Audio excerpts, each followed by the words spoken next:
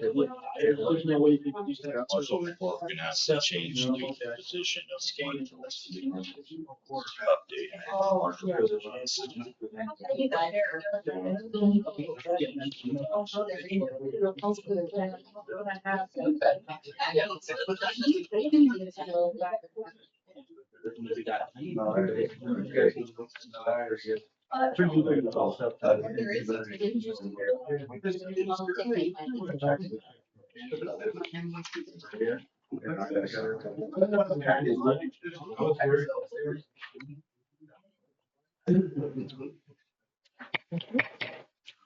Okay, it's now 6 o'clock. Begin the Hermosa Town Board meeting Thursday, February 5th, 2026. Start with roll call, please. Kramer? Here. Ferguson? Here. Koontz here. Service? Here. Atheny? Here. I'd like to thank everyone else for showing up tonight. Please stand for the Pledge of Allegiance. I pledge allegiance to the flag of the United States of America, to the republic for which it stands, one nation, under God, indivisible, with liberty and justice for all. Okay, thank you. Okay, first item up is reviewing meeting rules. So item 2A in the packet. And what I'd like to do is begin running the meetings a little more formal than we have in the past.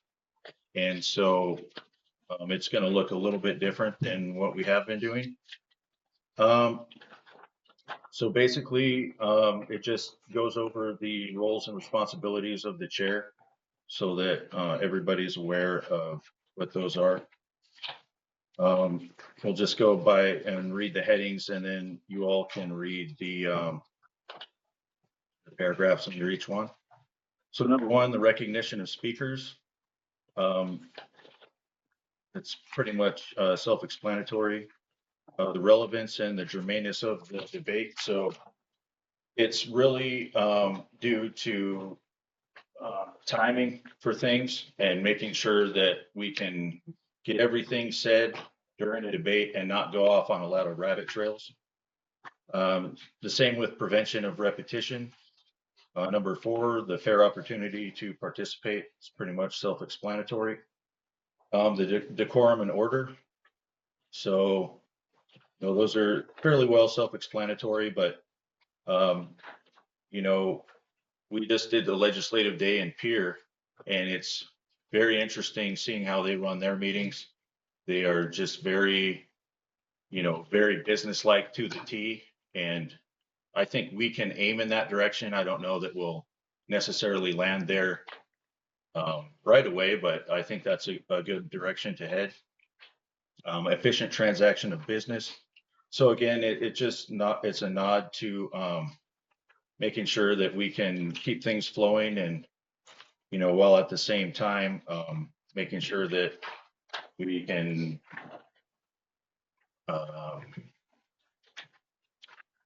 make sure all the ideas are kind of fleshed out to the degree that they can be in here. And then the rulings on the chair. So the chair rules on the questions of order, and then any ruling by the chair is subject to appeal by the assembly. So that would look like, you know, if let's say there was an order ruling or out of order ruling, and somebody on the board thought that that was a bad call, then they could bring the question to the rest of the board and via motion that could be overruled. So that's what that looks like.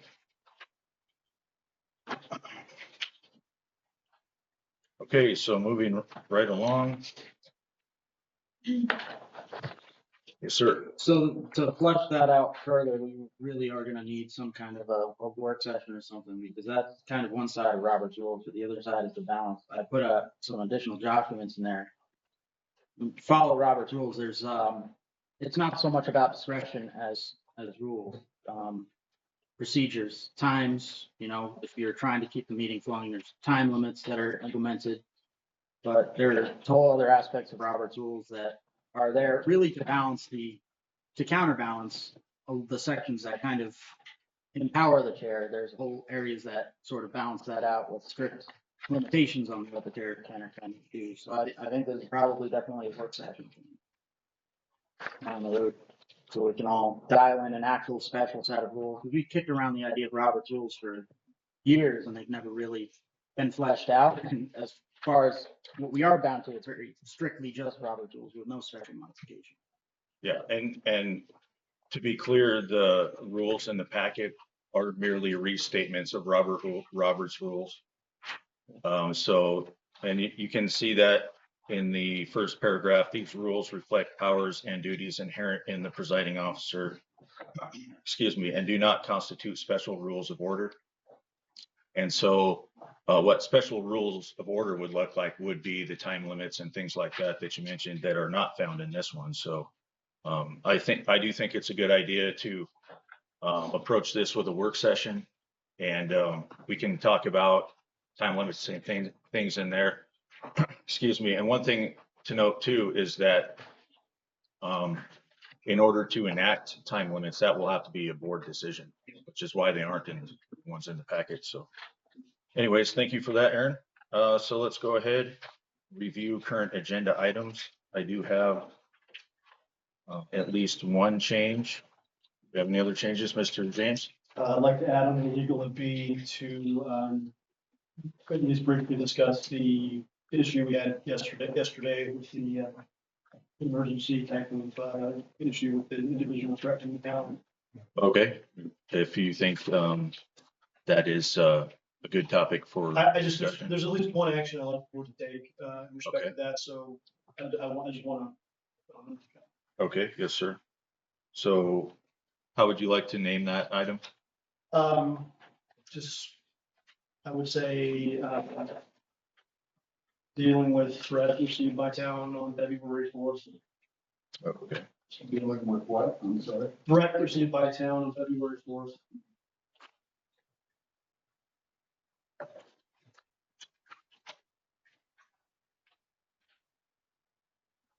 okay, very good. I do have one update in 10A. Instead of marshal report, we can do marshal position update. Do we have any other changes, Aaron? Yeah, I would like, we can time limit it if necessary. Maybe 10 minutes, legal C, a review of the Preston Ranch contract by legal, by the attorney for reimbursement options. I think that's good.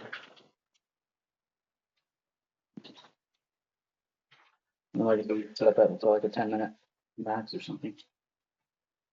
Yeah, well, I mean, I think that title's a little bit too presumptuous. I think we could just do review the contract, That's if fine. you don't mind. This contract, one that's, It's existing, long-standing. and okay, I don't know it much about it, so. Exactly kind of why I wanted Okay. it. So, Well, maybe we could just do approve attorney to review it, and then we don't have to spend a lot of time tonight on it. That's, yeah. Yeah. Sounds good. Okay.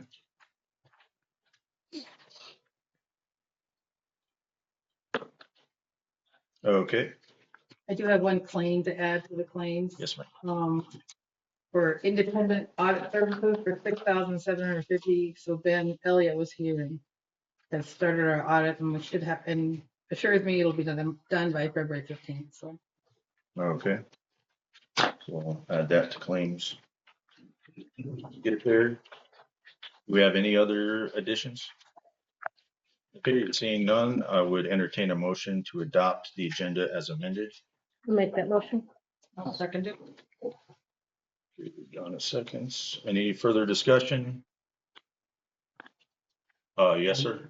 Can the audience make a motion? No, sir. Agenda? No, sir.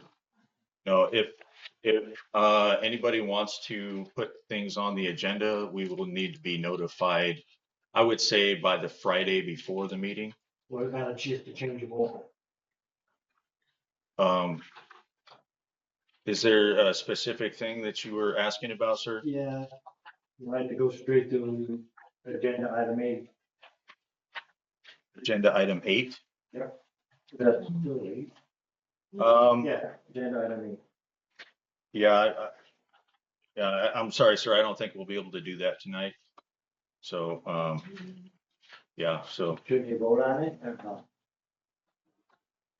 I mean, we have an agenda that was put out, ahead of time, so anyways, Can I say something? yes, ma'am.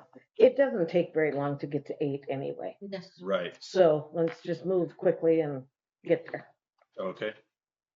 All right, all those in favor of the agenda as amended? Right. Aye, motion carries. Very good. So approval of the January 20th regular meeting minutes. I do have a change to that. I'd like to make a motion to accept those with the change of adding to Public Works. Service questioned about riprap clutter on West Main.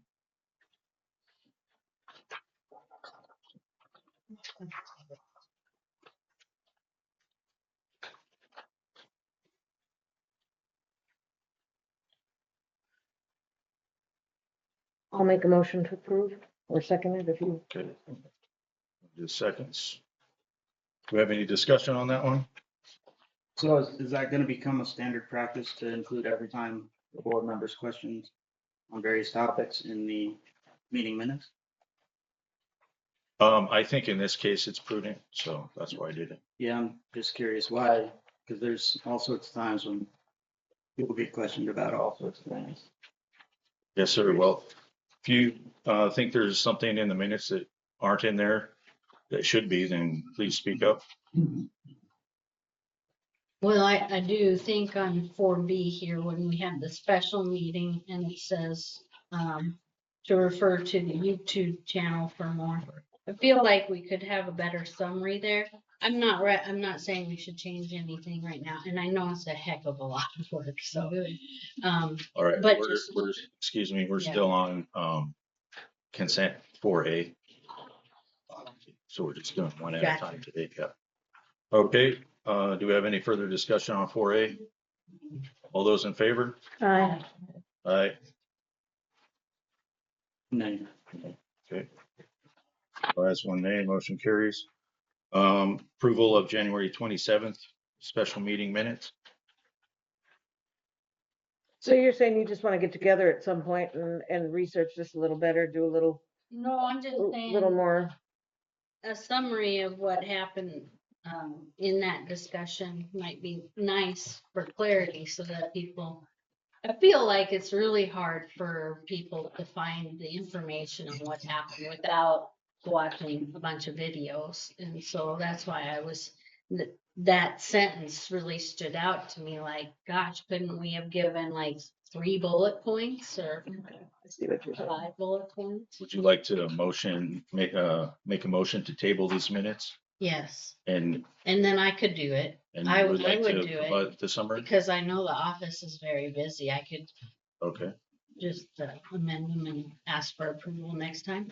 so Trina, are you making that motion now? Yes. I'll second that. Table in just seconds. Any further discussion on the motion on the floor? All those in favor? Aye. Aye, motion carries. Okay, conflict of interest declaration. Kind of self-explanatory, but if there's anybody who has a conflict of interest with any of the agenda items, you can state it now or while or when we get to that agenda item. Yes, sir. Did you have another? Point of information Yes, sir. regarding Robert's rules. Yes, sir. It is permissible for the audience to make motions if they're recognized by the chair, and it is common practice in common council. I just wanted to make that point of information. Okay. It seems Robert's rules are kind of new to you guys. Just wanted to make that point. No, sir. I've never heard of that before, but I'll look into it. And I'm not going to make it a point to recognize motions from the floor. Just so you know, this is a business meeting for the town. And so we're here to try and conduct the town's business. And if the audience has any input they'd like to give, we do have a section, item 17, items from constituents, where people can give their input then as well. So But you're feel free to speak on any of the agenda items in which they affect you, or you do have business related to that item. So thank you. Okay, moving right along to 6A, the FEMA brick award. And so we did get 3 submissions. I know that we did have some time before the meeting to look at them. So would anyone like to make a motion on what they'd like to do here? Linda? I would like to make a motion to accept the bid from ATAC. I'd like to second that. Okay. Linda makes the motion, Trina seconds. Any discussion? Linda? Joan, did I see you back there? Are you good with that? This has been a, Yeah, I thought they were all very good bids. I'm, not sure which was your lowest bid. If that was a tax, I don't know. Okay. I would like to know, was it your lowest one? I mean, this is for a grant, so I know what it's for, but I also know there's second bid sheets along with the, do you know which one? It looked like they were all similar. I don't remember which one. You guys have all They were the very the close. bids and I didn't really look at them. Okay. Yeah. Yeah, I mean, we do. you can consider the bid itself, just the work they're able to do. That would be my question. Yeah, I think everybody might have their own criteria, but I know with the way I choose to vote on this tonight, that it was due to familiarity. Oh, okay. And they were all. very good. Okay, I gotcha. They were- Yay. They were all within our budget, so.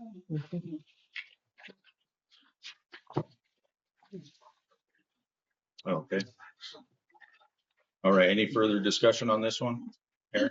I do believe there was a breakdown recommendation from Headwater, was it? Their recommendation, I believe, was DGR, is that correct? Yeah. I appreciated her recommendation, but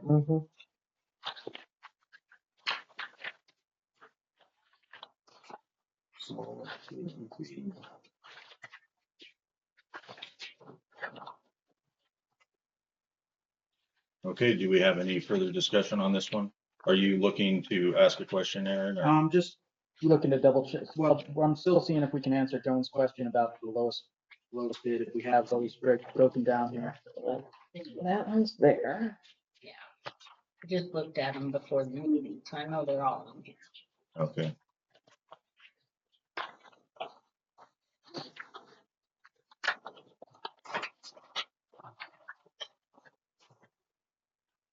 Are you okay with getting that information at a later time, maybe after the meeting? No, I don't need it.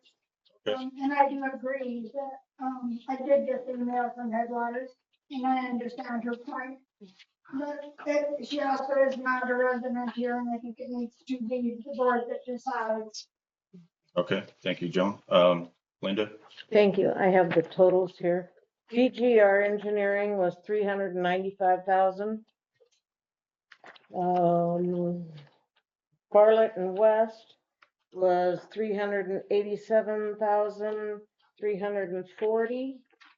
And ATAC was 383,840. So ATAC is the lowest. Thank you.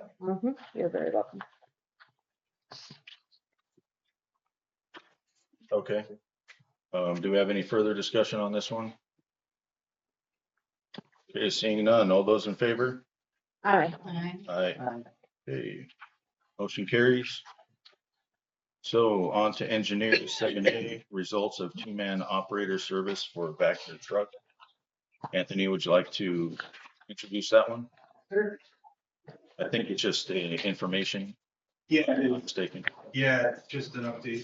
So, we advertised the request for proposal for a 2-man team, the contractor to offer that to run our factory truck.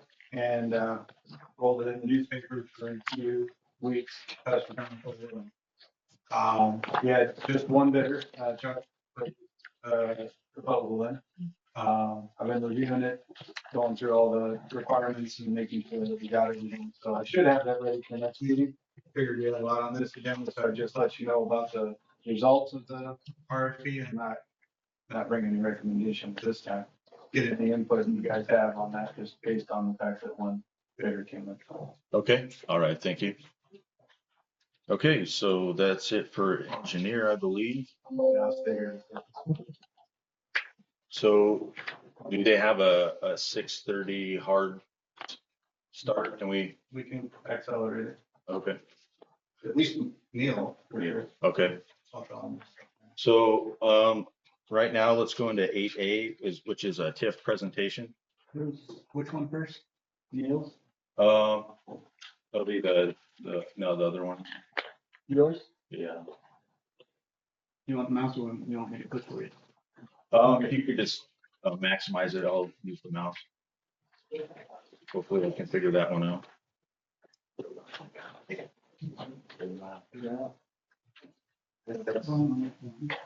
All right, thank you. So this is just a basic kind of a TIF overview. We did a little bit of this last time. This is a presentation I made last year, kind of as a self-teaching tool. So I'm Kel, the president of the town board, as you know. And also, I went over this with Neil too, and he's going to have a part in this, talking about the results of the TIFs that he did in Mitchell. Trina, would you turn that light off behind you, please? Thank you. Okay, so real quick, we're going to go over what is a TIF, why does a TIF work, what is a TIF district, quick overview of the process, and then Neil will go over some examples in Mitchell. There he is. Nice. Okay, and for the record, Neil is going to be attending via Teams on the laptop right there on the podium.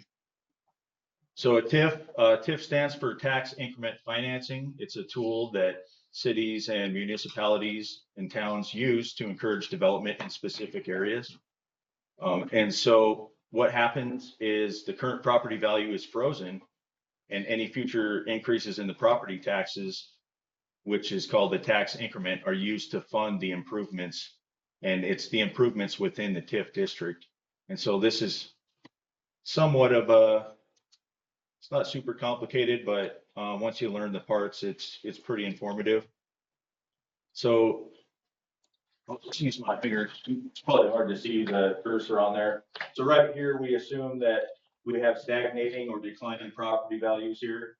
And so on the y-axis here, we have the taxable value of the property. And then in the x-axis going from left to right, we have going forward in time. And so on this chart, it's showing that property value is declining, but stagnating is also a valid reason to do a TIF. And so we have a TIF start date here. So it freezes the property value in terms of the amount of tax that's used for the distribution. And so that's the taxes going to the taxable or the taxing entities rather, like the school district and the fire districts and the different districts that they get paid out through our property taxes. And so what happens is as time goes on and as development happens in the TIF district, the property value goes up. And so this green area here is the increment. So this is the increase in collected taxes due to the increase in property value. So you can see here, the tax base doesn't change until the end of the TIF. So what that means is these entities that use taxes for their funding, they still get funded. They just get funded at the same rate they were when the TIF began. And so then as the TIF district is developed and we get an increase in property values, thus we get an increase in collected taxes.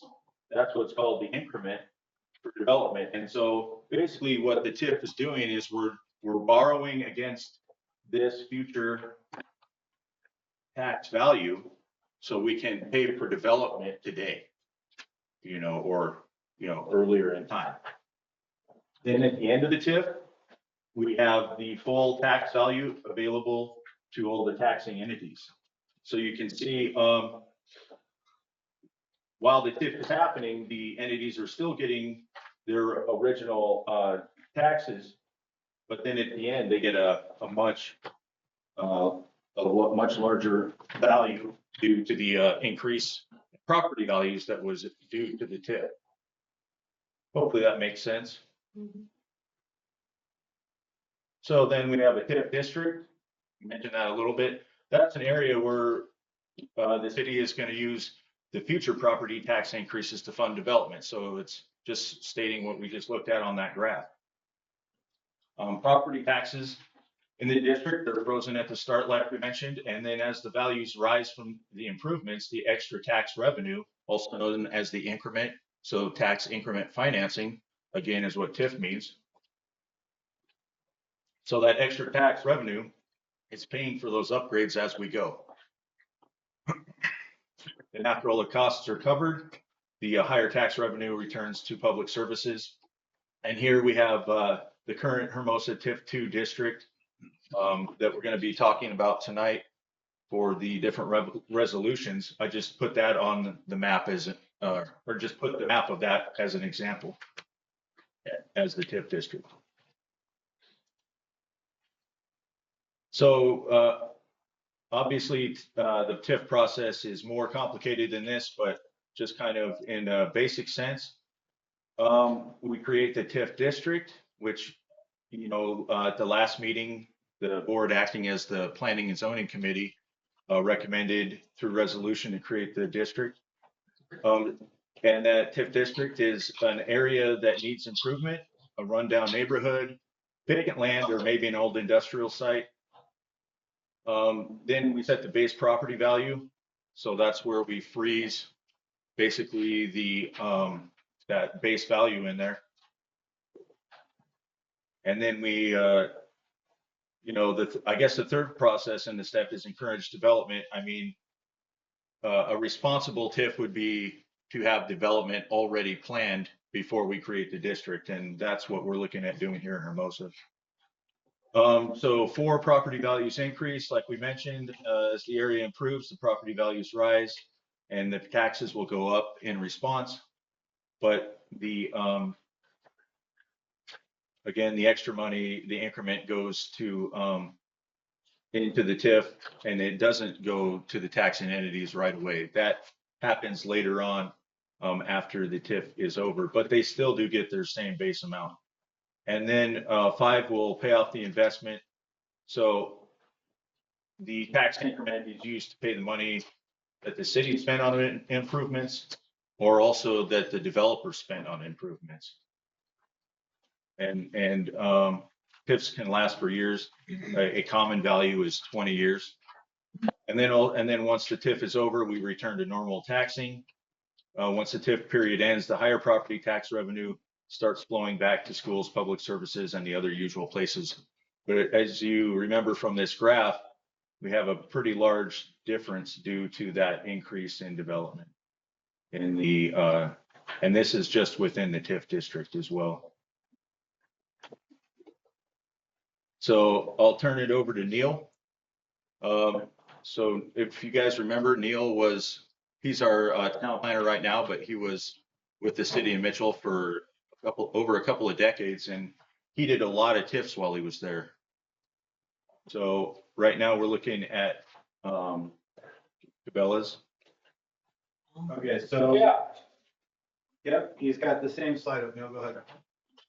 Yes, again, my name is Neil Putnam, and like Alan said, that I was still with the city of Mitchell for 23 years. And in that time, I believe when I left, they were doing TIF number 27 there in Mitchell, and now they're up to a maximum of 40 of them. So Mitchell has used these pretty quite successfully. They're an excellent tool for any-time economic development, and we're my pleasure to work with you on this. A little bit about, I'm going to give you some examples of some different ones that we did in Mitchell. Well, the one is, if you're familiar developed, outfitter. That's in a TIF district. It's initially the TIF, the development wasn't in TIF district, but then once we added motel, and then some other development within the campus of the development, then we initiated a TIF district. And so then what happened is any increase in value of the development was captured to help pay for the infrastructure for some other additional developments within this campus. So this is just kind of an example of a commercial district. I'll switch on to the next one.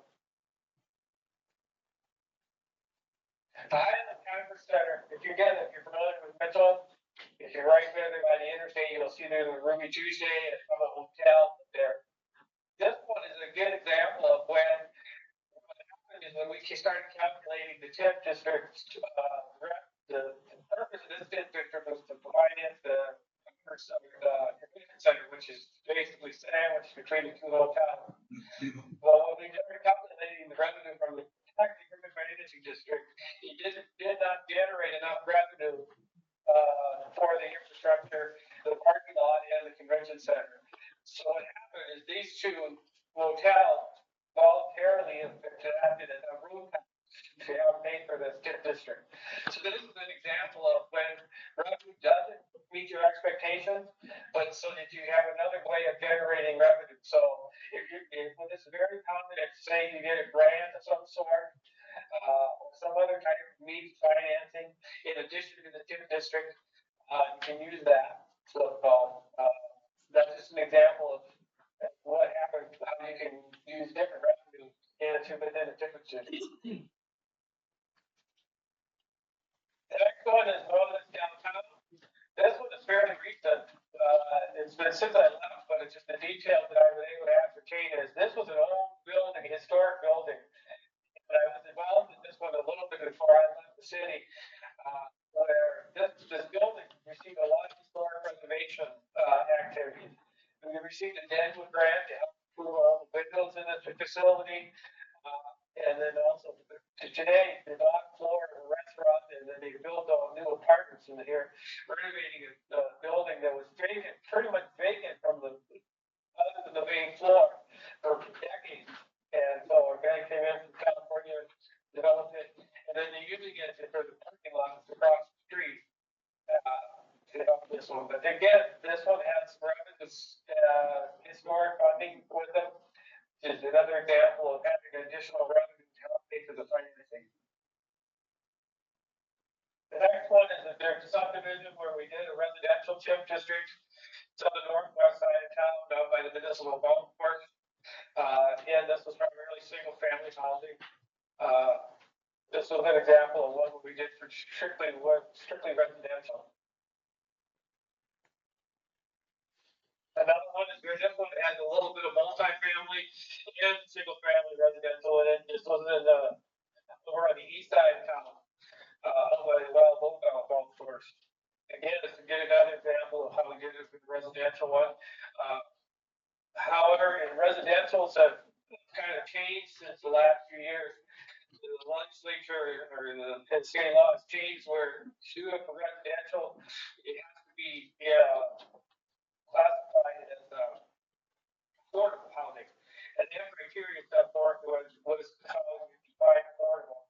So if you're going to do a straight residential TIF now, what would happen there is that the school district would have to put some additional additional levy offset, so the school district would not be held harmless in a straight residential district unless it's affordable housing.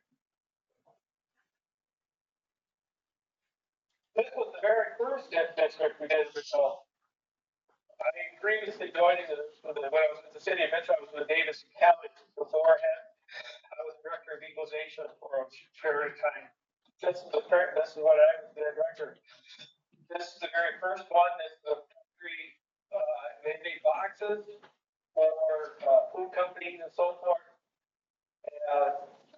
This was the very first one, and they used this one for driving water, sewer, and the railroad tie.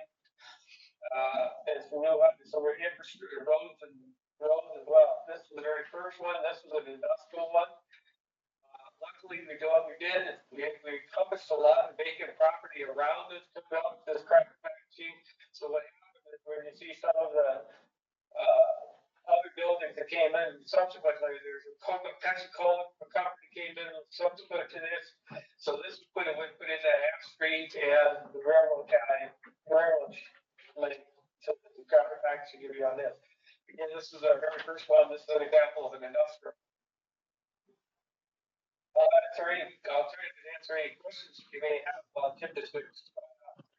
In general, Kel did a very good job of explaining the instrument and how that world works. Like I said, they're used for a variety of purposes, primarily for economic development. And it's one of the few tools that municipalities have to entice economic development. Okay, Neil, it looks like we have a question in the back here. Yes, sir. My name is Bill Riley. I live on Marie Street. Okay. I'm glad you brought up Mitchell. Mitchell, although it's a much larger town than us, they're a good example because they did a lot of homework first. They had in place a handbook, they had an application process, they had application forms. That handbook specifically outlined restrictions, how it could be used, where it could be, or how it would have to be proven that it benefits the town. It had a lot of material in it that we don't have any documentation for. And those are all prerequisites for all this. So the main reason I'm here today is to ask you to delay and put those things in place first. I don't think we should have the documentation that says, if you're going to apply to do a project in this district, you have to meet the state requirements, our requirements, you have to do financial analysis. And so far, we're talking about projects under this tip, like they're already planned. But they shouldn't be planned until we have all our documents in place. We should have a handbook like them. It shouldn't be hard to copy them. But we should have a handbook and we should have application process. And we should have a methodology for approval. You mentioned earlier tonight that you were approving a bid based on each person's criteria. Well, criteria should always be established in advance. Should say, should be part of the bid notice. This is how we will evaluate you, either low bid or most qualified based on a proposal that is scored. So we should have all that documentation in advance before we even approve the bid. Okay, did you have a question as well? Yeah, the question is, how would you compare what we're doing to what Mitchell is doing in terms of having our ducks in a row? Okay, Neil, did you hear that? Yeah, I heard it. Yeah, he's correct. In Mitchell, we have some challenge and criteria where we had the application. There was times where somebody would make an application, and we basically decided that we didn't meet the criteria and so forth. But yeah, we did have criteria set forth. We had the taxing or the financing committee that prior to the planning commission, so they would review it.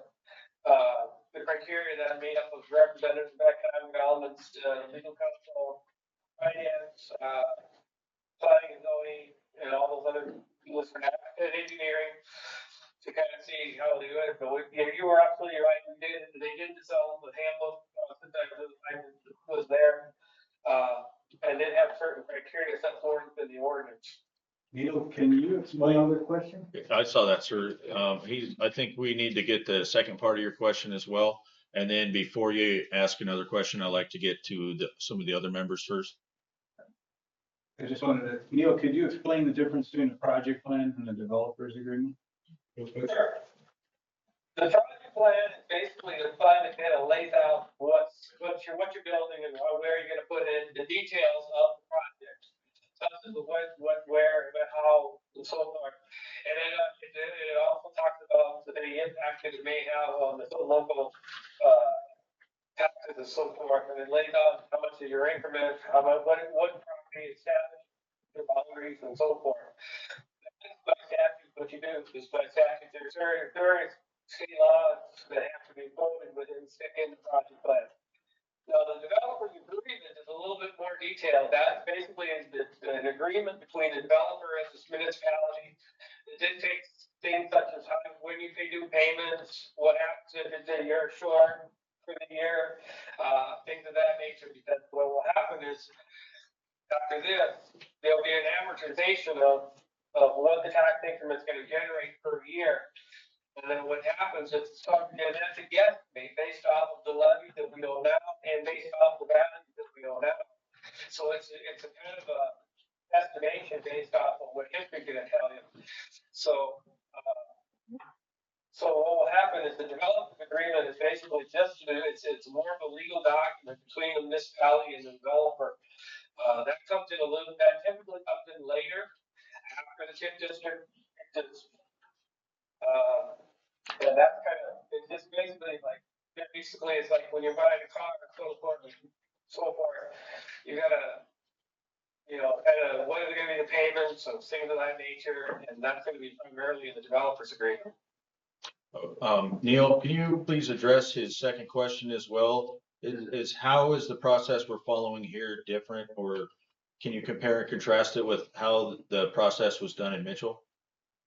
Well, basically, like you said, we did have a project criteria set forth. Primarily our criteria was set forth by just, by local feedback from the city council. And also it was also served as a checklist based on the state statutes within there. It was basically a lot of the checklist came from the state statutes, which we made sure this project plan that we saw complied with the state statutes. Okay, and are all those documents available for people to review, or? I'm sure they are. They I want don't know if they're on their website, but it's very easy to get. Okay, all right, I did see a hand back there, ma'am. My name is Marlene Bradley. I was a question with this whole process. I read like the key prerequisites for a subdivision district includes an economic feasibility study. It states in the meeting that there is no economic feasibility study. So we're gonna plan something and we don't know if the tax increment is sufficient to cover the project costs. I don't think that's right. What do you think? So Neil, can you speak? Did you hear that? I think I got it. I think she was asking about the feasibility. Yes, sir. Yeah, that's how we came up with this $766 or $56,000 number in the project plan. That's an estimate of how much taxes is going to be generated over a period of 19 years. And the reason it's 19 years instead of 20, the statute says 20, but what happens, as you all know, you're paying your property taxes a year behind. So what happens is when you form the TIF district, your first year you'll have no increment because you're paying that construction. In 26, you won't be paying that until 27. So that's the reason for that. So that's how we came up with the number.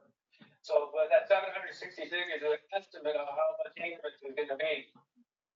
That's the maximum amount that we anticipate to come up. Now, again, that's based off of the current levy. And it's also based off of it. Well, we anticipate maybe some increase in value in some of the property within that. Now, some of the property that is included in the TIF district, we're showing no increment, but if it does, those properties increase in value, again, also that's just going to be extra increment. We did not include those in our calculation. Okay, thanks, Neil. Aaron, did you have a question or a comment, please? Yeah, I'm just more for meeting protocol. We're still under the presentation, then we're gonna go through the resolution for setting up the TIF boundary and then the actual project plan. I'm just wondering if we want to try to get to the point where further discussion on this is under the actual item of the project plan. Yes, sir. Yeah, I think that's a good idea there. So do we have any further questions about the TIF presentation in general? We will have more specific items to discuss the proposed TIF too when we get to those items. Dan, I saw your hand, then I see your hand back there, ma'am. Yeah, and I want to express too, I know in your presentation, it was very well done. I appreciate that. I think the one thing that needs to always be clarified, though, when it's said that the financing or the project will be paid for, that it is paid for by the developer, not by the public, not by the constituents. So when the monies are there and it's set up, the developer is taking the risk in the very beginning of this. And that's where in the project plan it's listed out in that scenario. With that scenario set up, it may, as what Neil said, take a good year, year and a half, 2 years before there may be any monies for reimbursement through that TIF to be able to reimburse that developer. So the public in no means, no way is ever in responsibility for any of that or the town. And it's always a developer. In all of our past TIFs of what we've done, which we had one, of course, in the situation set up, when that was set up and the project plan was done through the resolution and you went into the developer's agreement, when you got to that stage of it, in the developer's agreement itself, you could still resolve this TIF because you weren't in agreement with what the developer agreement was. So if there is a hiccup through this process, you're basically establishing the boundary, you're establishing the project plan, you've established the cost. You've had a public hearing on this to establish all of that. So now you go into the details of establishing what the developer's agreement is going to be. And I think clarification needs to be stated on that point. And as a person's going through these stages, this can be resolved if the developer and the town don't reach the right entities when they're going through that portion of it. Right. And then another point along those lines as well is in a TIF, any of the expenses the town has in the development and creation of the TIF and administration of the TIF are also reimbursable through the TIF increment funds as well. So all the engineering and the legal work that we've done up to this point can be recouped in the administration work within the town as well. Excuse me, sir, can you please? I don't think that's true. Okay, well, Specifically says that it's. excuse me, sir, we're gonna try and just kind of, if you have, I understand there might be a difference of opinion here. We're just trying to get the information out there. If you do want to do a quick rebuttal, we can do that before we move on to the next item. And then also I'll remind everybody that we do have the items from constituents at the end too. Ma'am, did you have a question about TIFs in general? Yes, I did. Okay. I'm Marcia Knopf and I'm also on Marie Street. We've had a bunch of questions directed to Aaron, but I just wondered in the consideration of proposing and developing this TIF, did you give any consideration to that little residential area that is totally surrounded now by the TIF and what impact it might have on us? Ma'am, if you can hold that question until we get to the discussion on the two resolutions pertaining to that topic, we can address that at that time. Thank you. Do we have any other questions regarding TIFs in general? Yes, ma'am? Yeah, in general, it says that the feasibility study has to be done by a third party, not by us already. And there is one. And there isn't one. So you need to know what you're doing before you're actually gonna agree something. And the TIF is directly related to this company, to this developer. We cannot have a TIF without the developer. So once we're gonna agree on establishing this TIF without economic feasibility study by a third party, kind of strange. Okay, thank you. Do we have any other questions on a TIF in general? Aaron? No, not on the presentation. Okay. All right, well, let's, I think we're done on the presentation then. Let's go ahead and move on to 8B. Before we get started, I do have a clarifying question I'd like to ask Mr. James. So on here, it says approve the P&Z resolution. So we already approved the resolution meeting, the convening as the planning commission, but is the town board as the planning commission rather.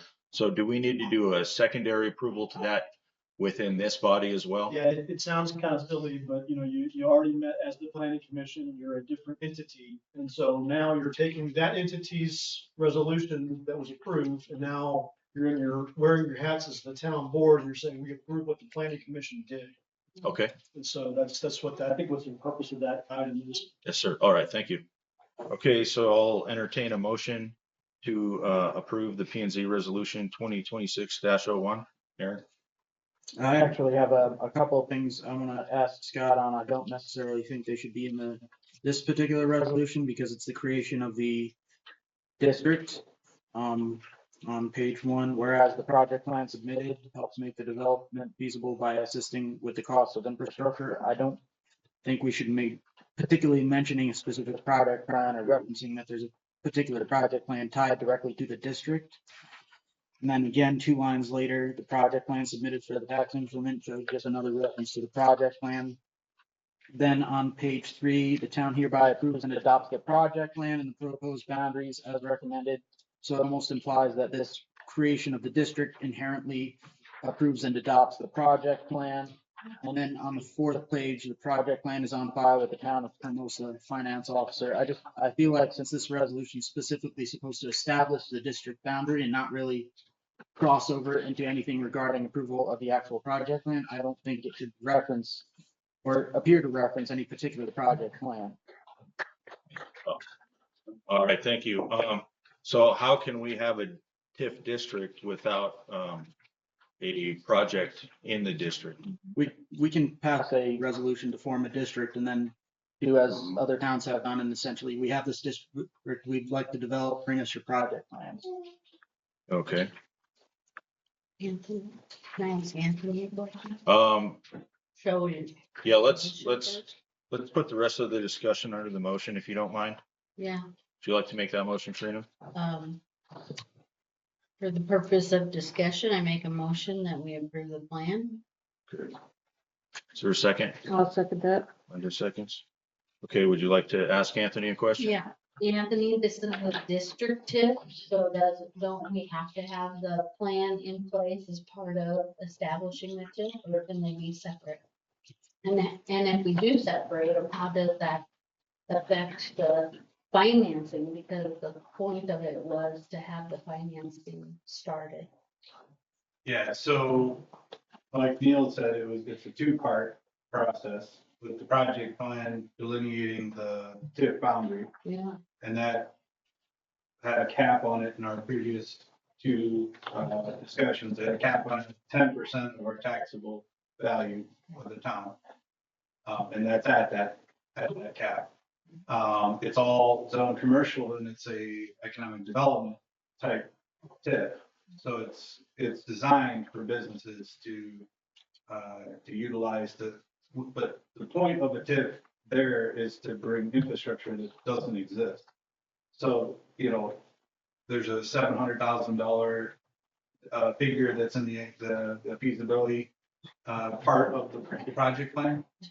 And in that, it really is completely to cover the sewer infrastructure and then the extension of Tenaya Street. Those are all public infrastructure projects that impact that entire district. So that's why it's not specific. Like, I wouldn't say that it specifically helps one business. It helps like a handful of businesses, right? Right. And so that's what the project plan's more the overall arching idea. And we've had a TIF before, TIF 1, and then TIF 2 had just basically a false start because it was supposed to be to develop the north part of town, and had a lot different description. And so the reason why the TIF district is now at this stage in the game is because I think we've been working on TIF 2 for 1.5 years or more, maybe 2 years. And it didn't take off in the original direction.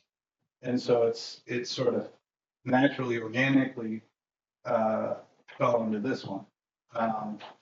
And so, I think the board wants to see people come in and bring some essential businesses that they talked about last time. And so when those things happen, that's when I think Neil could utilize the resources that he has from Mitchell to put out there those requirements that these people that want to come into that district and capitalize on that TIF need to follow, right? And build their development developer agreements based on those criteria, right? And that's when they come in, they do their developers agreement, that they see when the money, the schedule of the money coming in will reach their bank accounts, because it's a grant. So they have to put all the money out of their own, and then they get reimbursed, based on the revenue generated. So that's why it's kind of, if you don't set up the foundations of something, then there's nothing for a developer to request access to. Does that make sense? And that's why I thought we had to have the planning information in these resolutions. That's what the professionals that have done that initial recommended we do. Right, right. Okay. Okay, thank you for clarifying again. Yes. Okay, Dan, did you have a question? Yes.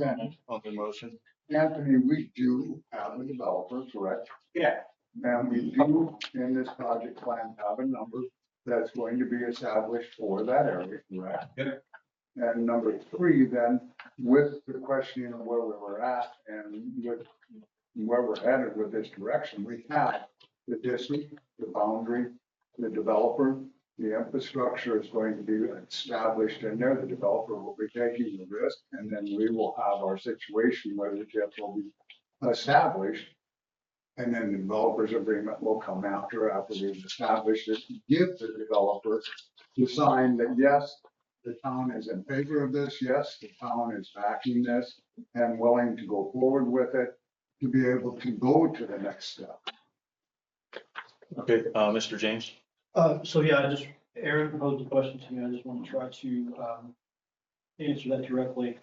So I think his question was, do we have to tie the project plan to the planning commission resolution? Is that right? So the answer to that question is no. I mean, the planning commission, in fact, there's not even a requirement in the session that we have a resolution. I think I mentioned that in the planning commission session. I mean, it can simply be that the planning commission votes, and we take minutes of the vote, that the planning commission thinks it's a good idea to form a TIF and what the boundaries should be. In this situation, again, since we have a pretty specific set of plans, I thought it made sense to tie it to the project plan, because we sort of have a lot of things already sort of set up that way. Even though we have this TIF set up this way, obviously anybody within the TIF can still make, other developers can come along if they want to as well, and pitch those things to us too. And there's nothing about our adopting this specific project plan that stops that from happening, right? People can still make those applications if they want to, and we can take them as they come. I think, honestly, that would be a great problem to have, right? Because we have a lot of developers coming at us at once wanting to get projects approved. I think that would be fantastic. But right now, I think we just, as far as we know, we have, maybe one, or you mentioned the second one. I don't know about the second one, but there's a couple. But anyway, they're not, breaking down the walls yet to get in. But yeah, so hope, I think, does that answer your question? Yeah, if I can. You have a follow-up? Yeah. It was more just that, all right, we've seen TIFs kind of get rolling, then maybe something doesn't go right. I kind of think that, we're, with this first resolution, establish the district, we are establishing a district. We do already have a project plan. You can never say 100% beyond reasonable doubt that one will pan out. That's why I just say the language that's in here, sort of in the resolution establishing the zone, I do not believe it has to reference any project plan, and I don't think it should. So I think I'd like to make a motion to amend the current motion. Okay, is there a second? And I'll do the amendment. Okay, So what was the original motion? To approve with references to the existence of an approved project plan struck from the resolution. okay, Aaron makes a motion to amend. Do we have a second? No second. Motion fails for lack of second. Get it back on to the original motion to approve the P and Z resolution 26-01. I saw your hand back there, sir. Did you have another question or follow-up? Question for the lawyer just spoken.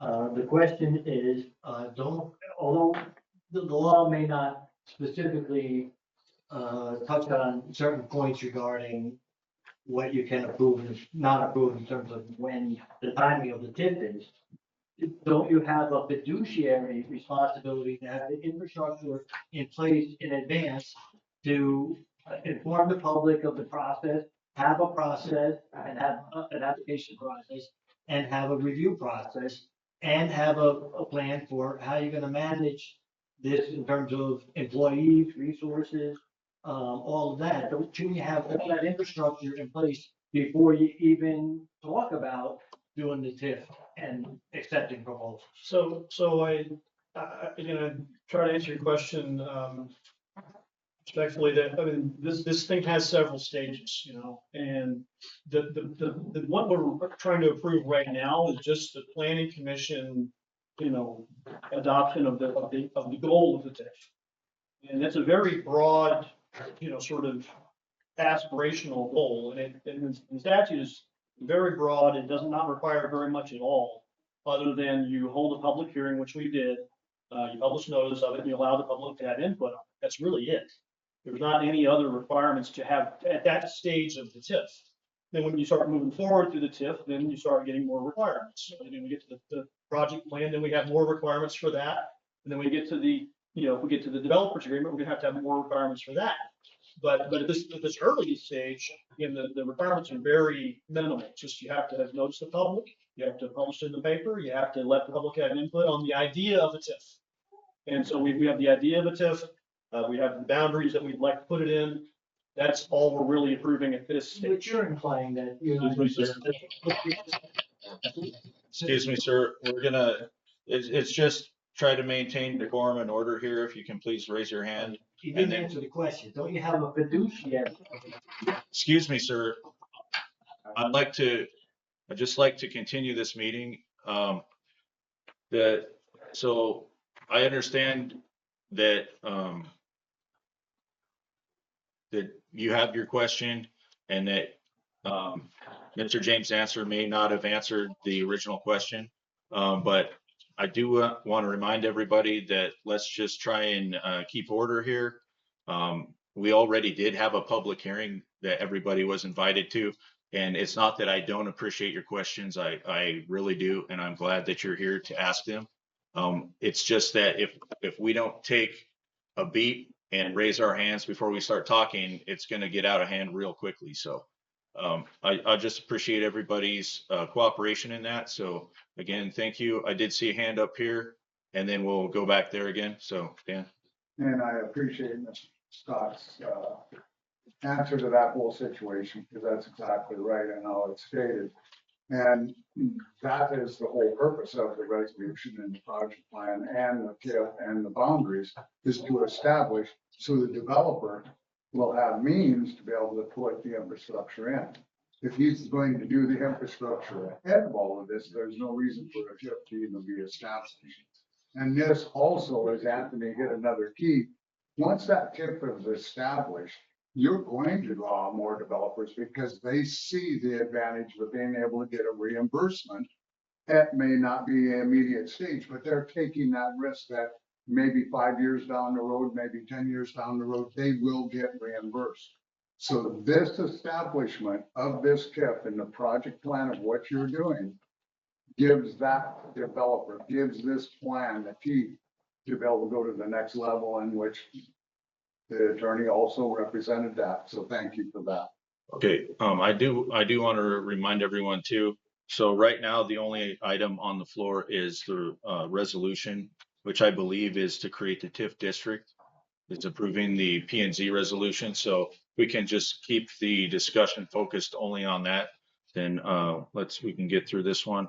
Yes, ma'am. Yeah, but one more question. So when was, I just need some dates. So when was the first announcement? When was the hearing?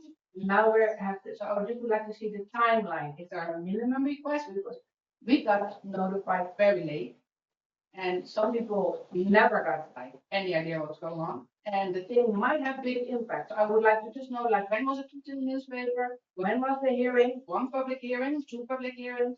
Where are we now in the timeline? Just curious. So we had, I don't recall exactly the date, but the date for the advertisement was 10 days or more before the first public hearing. And I believe the first public hearing was it last Tuesday? Yeah, that was the only one, right? Yeah, we just had the one public hearing, which was last Tuesday.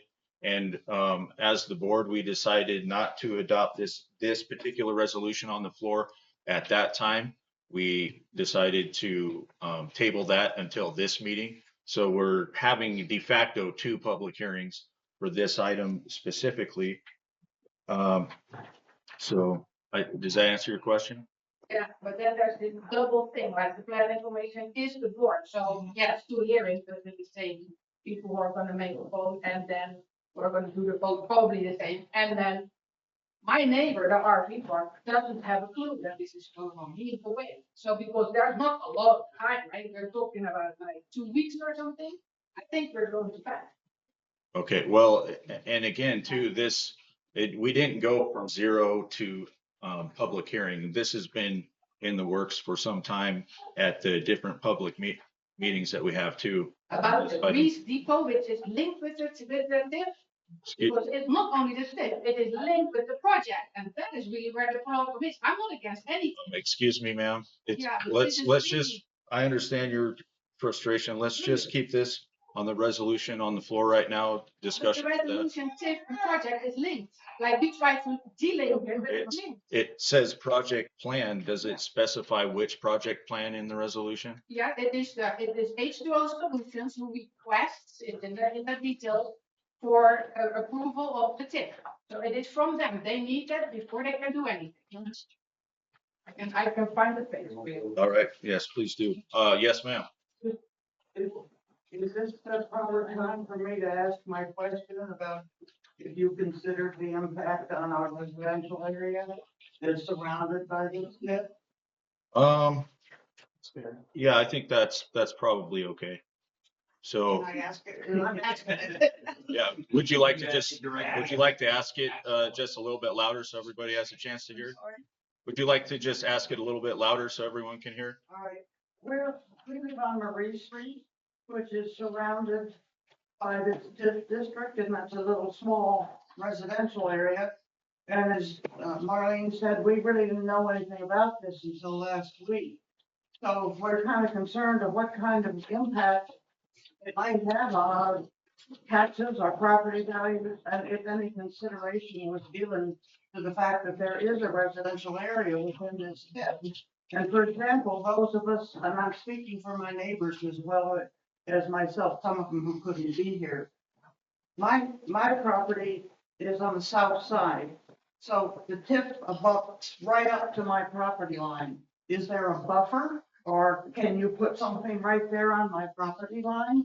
I mean, we have a lot of questions that have not been answered yet. That's why we're kind of hoping we can delay a little or have some sort of opportunity in the future to ask our questions and get them answered. But mainly right now, what did you consider the impact on our property?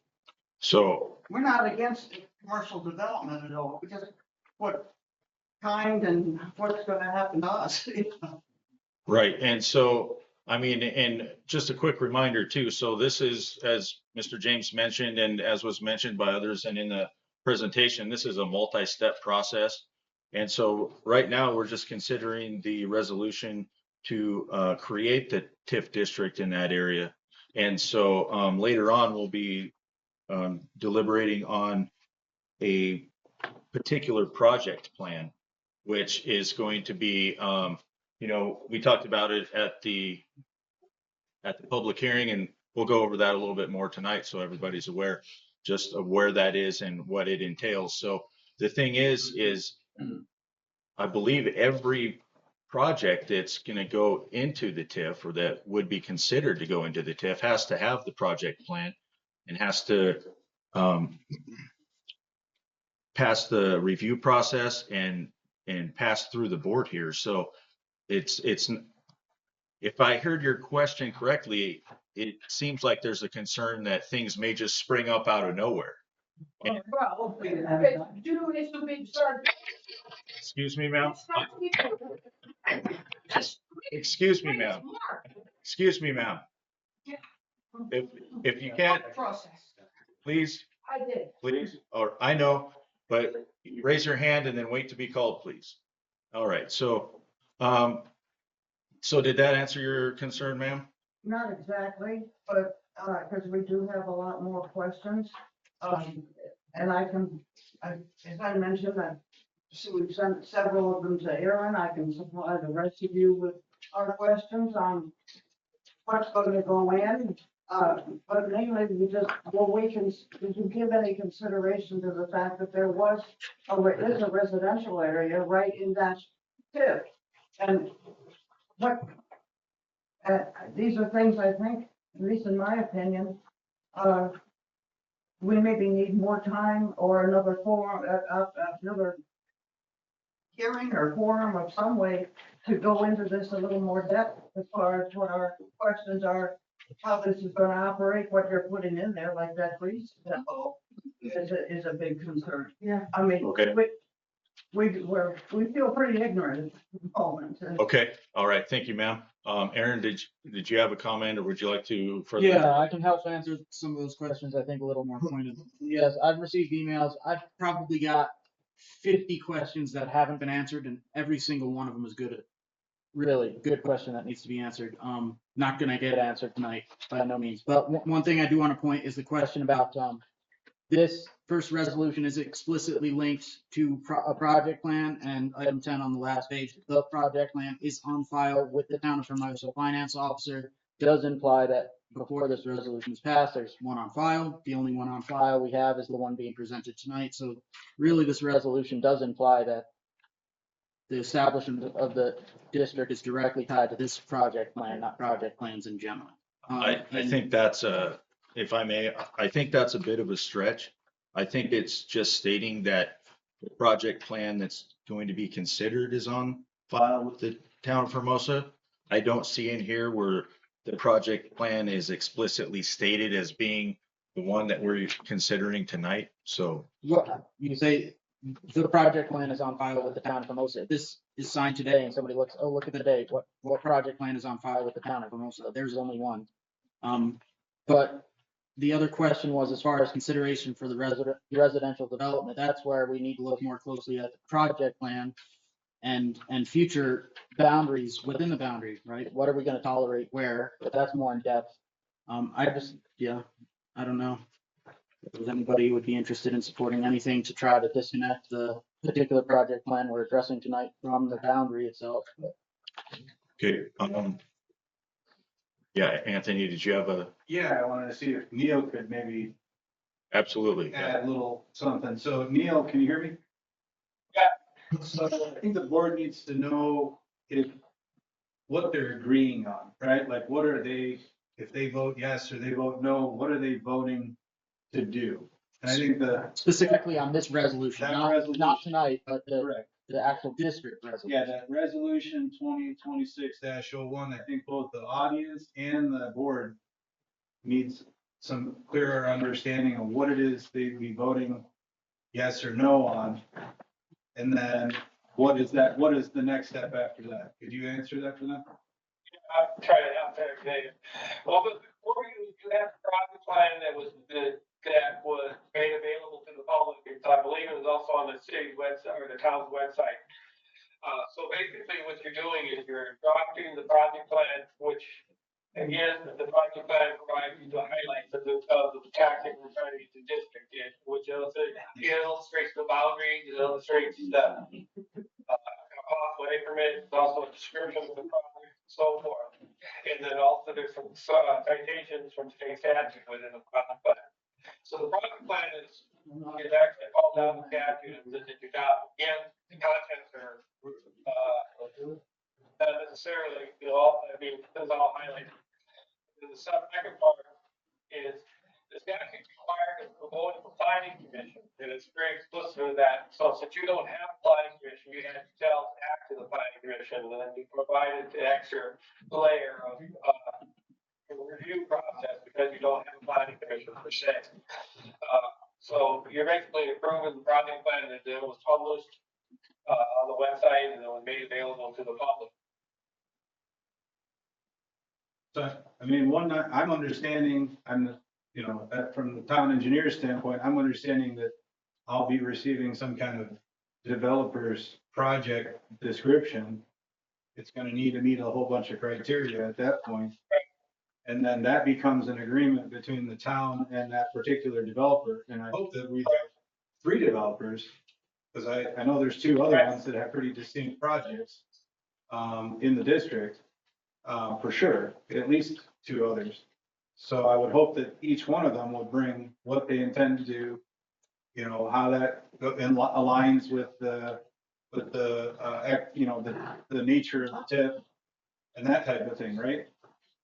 Right, you're absolutely right. We have received inquiries about further development within the Taylor district. However, they're just that, they're leads, so to speak, and so it could be wouldn't be prudent to put them in there until you absolutely have it for sure locked out. But the town will be receiving a building, it will have to be reviewing the building permits of those properties that come in the TIF district at a subsequent date. Okay. Trina, did I see your hand up at one point? No. Okay. Mark, did I see your hand up? All right. I wasn't sure if you were raising it like that or. Okay. All right. Let's entertain, do we have any more questions or comments from the board?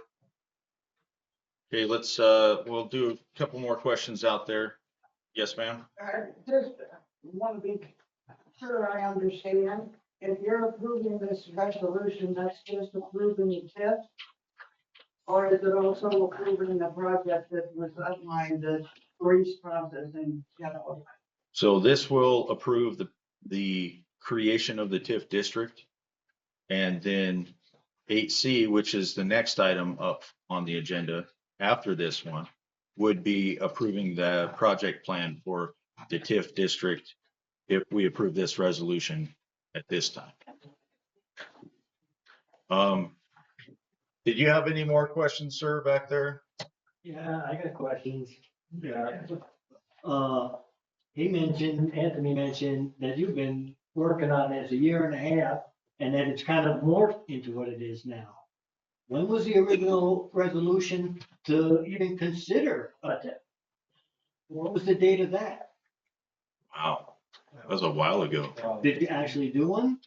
Well, we started the process, but it kind of stalled. And so we ended up going this route instead. Next question. I guess I could answer that. Okay. So, Did you?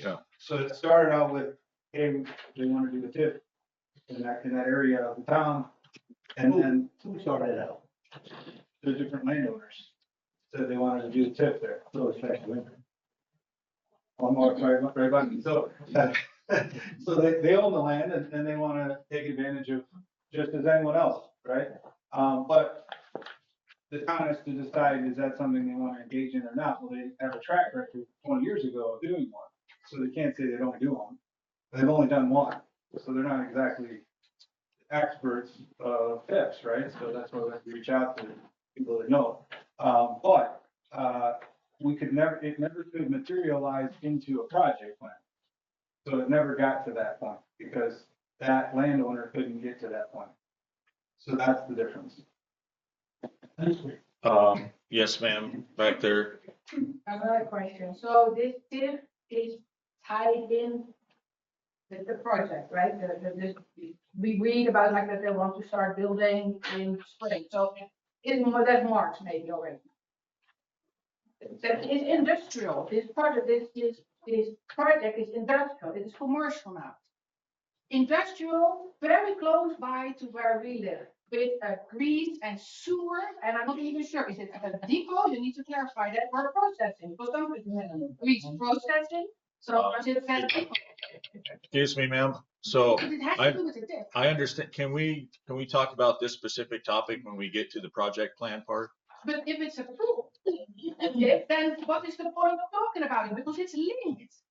It has to. The thing is so when this resolution was prepared, Mr. James and Neil and a colleague of Neil's went through and created this. And so in their opinion, adding references to a project plan was what they wanted to do. Now it says, I mean, I can see Aaron's point to a degree. However, it will apply to any project plan that becomes on file for the town.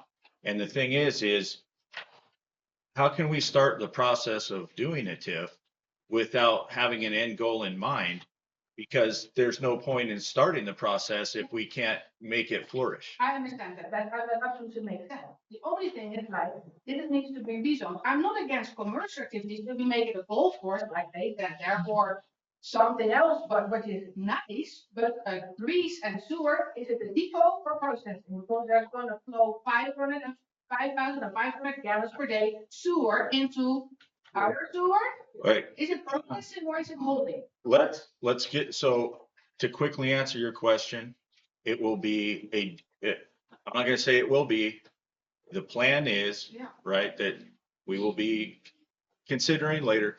The plan is to have a depot that will also be a station where people can take advantage of our extra sewer capacity.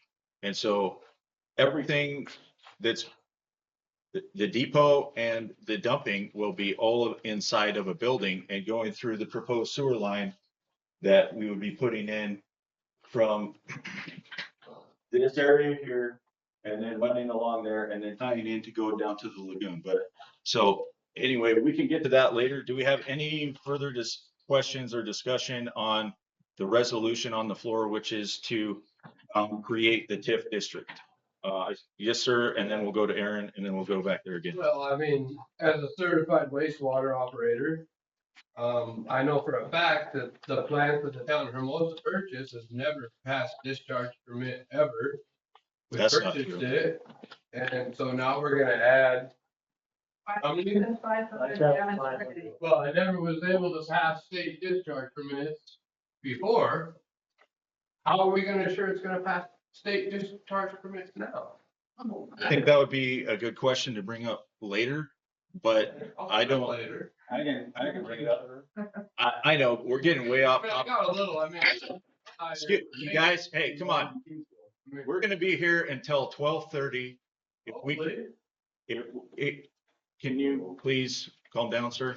We're gonna be here. Yes, sir. All right, thank you. We're gonna be here very late unless we can focus our discussion on the topic at hand and not go off into all the rabbit trails that we were referencing earlier. So, Linda and then Aaron, and then I think we can just go to a vote because this is kind of getting out of hand. So just for clarification, this particular vote we're doing right now has absolutely nothing to do with the plant, the grease plant. It is, just because we approve this does not mean that we are approving that. They will have to come with their building permits and site plans and so on and so forth and ask to be approved. We are not objectively, we are not approving that right now. Right now, we are only approving a TIF district and the boundaries of that district. That the boundaries are incorporated in all commercial properties. They are next to your properties. Yes, there is the housing development there. We know that. You know it when you bought it. The properties beside you were commercial properties. Commercial, not industrial. That's what we're talking about, ma'am. If you guys, if we're gonna be doing outbursts, I'm gonna have to ask you guys to leave. I mean, I don't want to do that, but we need to keep this civil. This is a business meeting. The public hearing was last week. That's a little more informal. I mentioned at the beginning of this meeting, I'd like to conduct these in a more formal manner, you know, that's befitting of a business meeting for the town. So if you guys can please cooperate, then let's do that. Aaron, did you have a final comment or question? Is Neil still on the line? Yeah. Neil, you hear me? Yeah. You listen to all this? Yeah, A lot of tension about this resolution having project plans mentioned in it. Are there any drawbacks, negative aspects, or other consequences to removing references from this resolution that may link it to a specific project plan. Is there any negative side of removing those four mentioned so that all this ends up being explicitly as an establishment of the district? Well, I can't think of anything off the top of my head where, well, how would you rephrase it any differently? But I can read them to you if that helps. Well, he wrote them. You're not rephrasing it, you're eliminating it. Just Correct. whereas the project plan submitted helps make the development feasible by assisting with the cost of infrastructure. There's really Well, nothing that's of one whole section. consequence there, not consequential. Whereas the project plan submitted for this tax instrument financing district proposes these public improvements, not consequential. So, Mr. James, would you like to address this I just in the want to interest of reiterate, time? sorry, sir. Yes, sir. I just want to reiterate that, there's nothing in the statute about this stage that even requires us to have this resolution, period. Right. So obviously you can make it say whatever you want to, as long as you are adopting the boundaries and endorsing the idea that the TIF is needed. The form is not important. So yeah, it can take any form that you want. It doesn't even have to take the form of this resolution. But again, the planning commission did adopt it. That was what was required. So, you know, you can go forward from there. But that's all that's needed. Right. Just looking to get the little bit of attention from this item so we can move on, and that's the only thing. So if Neil's good with them being removed. Or Okay. staying. Well, we already had a motion to remove, to amend, to remove, and that failed for lack of second. So I don't see that going anywhere in the future. That's okay. I mean, I think we're done with the deliberation on this particular item. So we'll just go ahead and call for a vote on.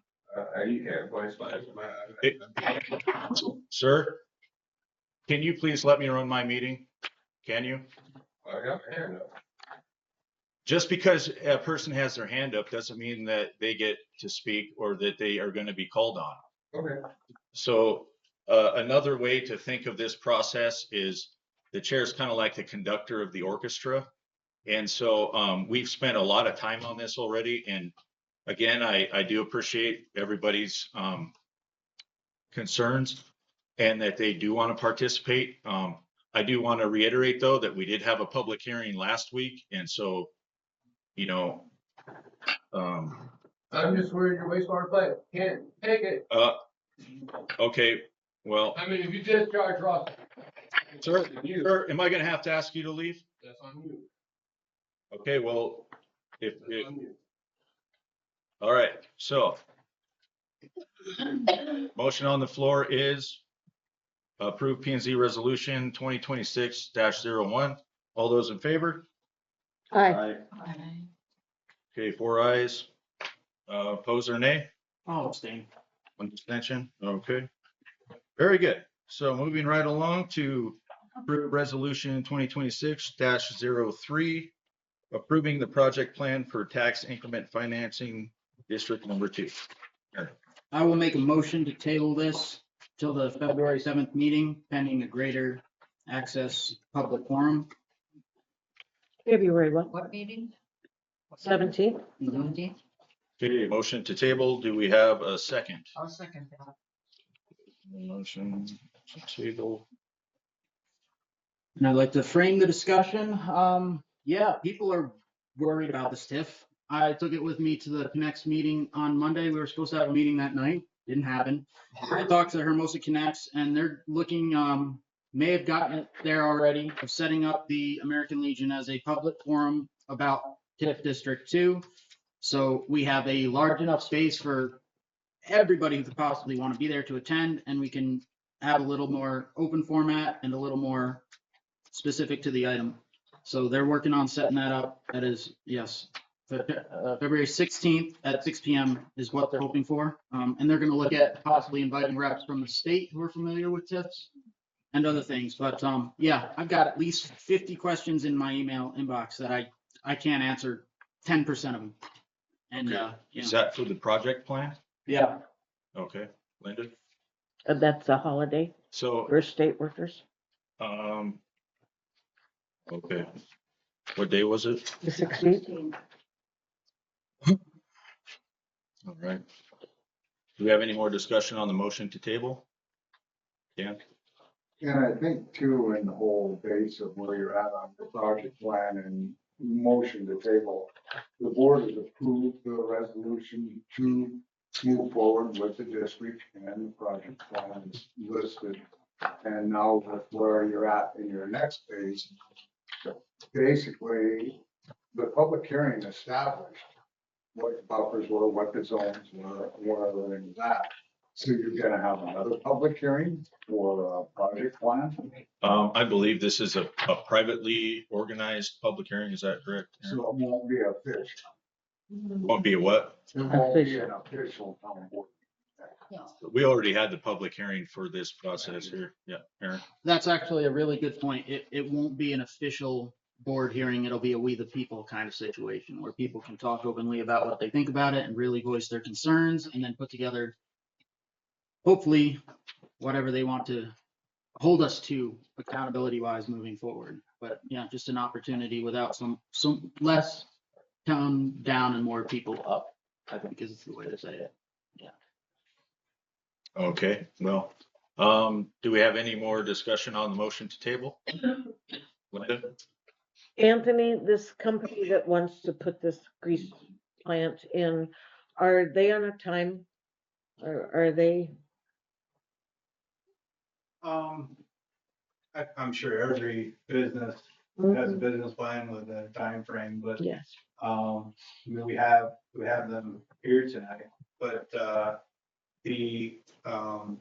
I did want to talk about, did we think about the residents on Maria Street? If And that's okay. yes, because I also wanted to. Yes, we have. I didn't forget. So, yes, we did. And actually, a big part of resolving and helping those residents on Reed Street is to have some kind of instrument to change the way we do land usage around that neighborhood. Right now, it's completely surrounded by commercial. So legally speaking, the property owner could do a bunch of commercial stuff around it. But the map behind you tells a different story because we have to address some of the historical things that have happened on the land. And they all relate to what's adjacent to Murray Street, to your property. And so one of the things that we required the property owners to do, and they're also here in the audience, is to provide some kind of, or give some kind of guidance into what they're thinking to do with the entire parcel, right? And so, as you see in that map back there, Murray Street kind of dead ends. And so we had another map in the public hearing, I think you were there, and it showed, the potential of making that back into residential, right? And they keeping the character and nature of that, a neighborhood, right? Not a big commercial or industrial factory or something like that, right? And so and then south of Murray Street is what I said behind you on the map. That was a lake. And so there's floodplain and there's lake, and all those things will need to be addressed before anything's ever built there. So that's a process, all on its own. The project plan talks about activities on Tenaya Street and south of that. So that's all basically the total opposite side of the district from Murray Street. And that's basically our hope is that the property owner is going to remain the property owner even after part of the property. It's 27 acres that surrounds the drive-in and only 9 acres. It's very south 9 acres. It's up against a cemetery is what's being discussed that has any kind of plan at all to it, which is the detail, right? The detail. And so our hope is that we'll be able to have some more concrete understanding of what is being proposed in the remainder of the land, and that we can get input from the residents on how we would want to suggest they rezone it, right? Maybe rezone it to residential. We would eventually sometime have an opportunity to ask all our questions somewhere, we're more fully. I think the board can do. Yeah, I mean, so like we stated before, this is part of a multi-step process. And so, just keep tabs on what's going on in here. I mean, we do publish the minutes in the Custer County Chronicle. We do have the agendas posted on the website ahead of each meeting. Usually by Friday is when we have our first draft of our agenda out. And so, yeah, I would just encourage you to keep tabs on that so you can be aware of what the board is doing regarding this. So Linda? We're talking about the grease plant, and I would like you to explain to the gentleman about the space in the sewer.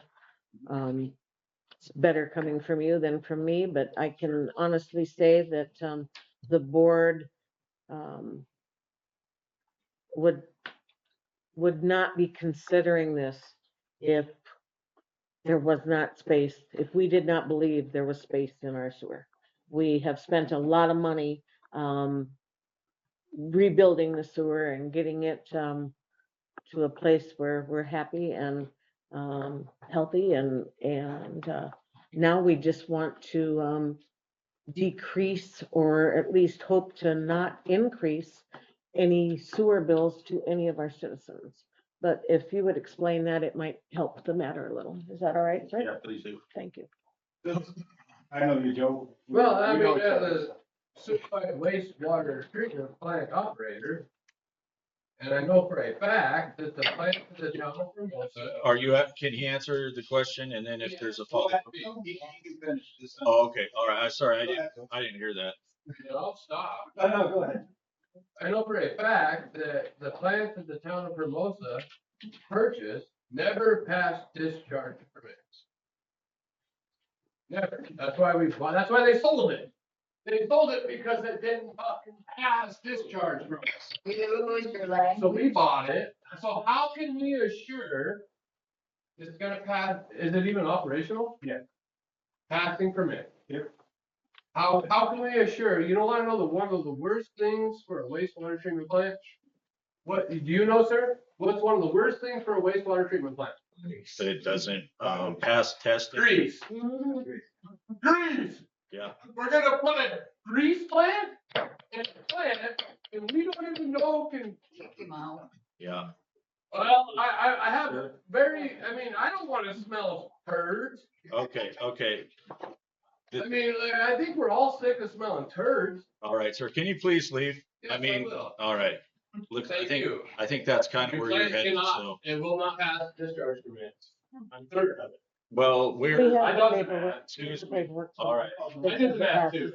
All right. Thank you, sir. Goodbye. All right. Sorry about that. Yeah. So, I know that we had talked about, when we were discussing the possibility of the grease depot, and we were talking to the state about that they talked about we would have to add to our discharge permit testing for grease to make sure that we would not be discharging that. Is that correct? Yeah, so grease is difficult for a mechanical wastewater treatment plant to handle. That's true. However, we don't have just a plant. We have a big lagoon system ahead of our plant that protects our plant from those kind of upsets, right? So it really depends on the type of plant you have. And then the other part of it is the state is going to put testing requirements for fat oil and greases as a part of our permit. And that protects us as well, so that we're testing, we're making sure that we're not getting anywhere close to what our system can handle or not handle, right? So that's one part of it. The other part of it is, if we are going to take that, and that's why a depot is more appropriate for our treatment system than us directly accepting it at the lagoons, right? Because we have quite a standoff distance where the rest of the town's sewer is blending with the wastewater that's coming from the commercial area. And then that's arriving at the treatment plant. So there's quite a lot of steps before those flows get to our wastewater treatment plant. And just to conclude, Joe's correct. Joe's an operator up in Keystone.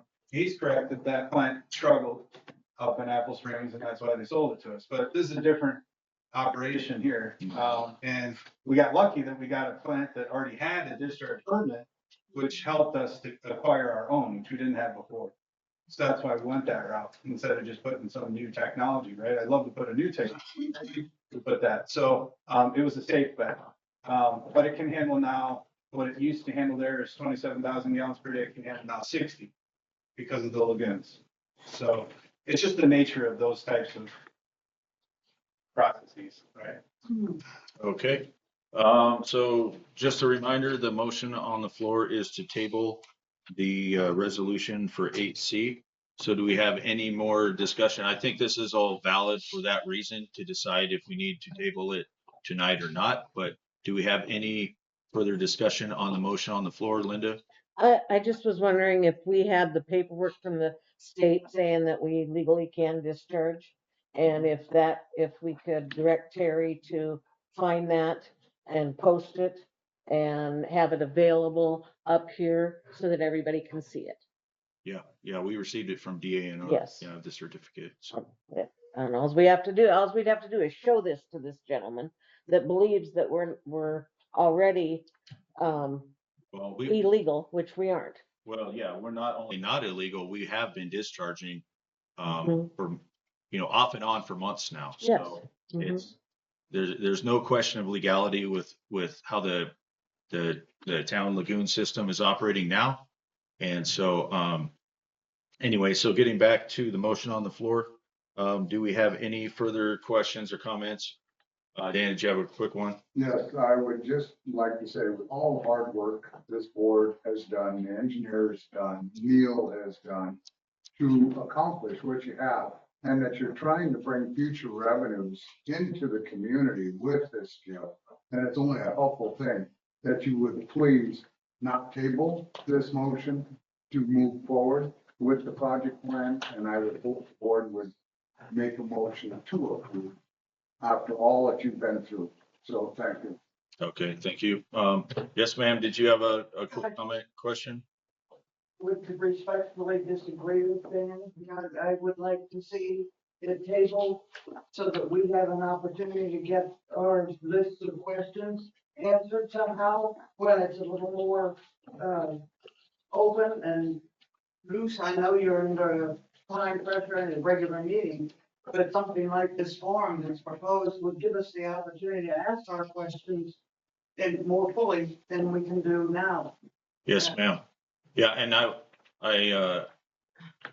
understand your point, and I do just want to point back to the fact that we did have a public hearing on these matters already, so But we, we didn't have a chance to really, we didn't know about it enough to even develop our questions till afterwards.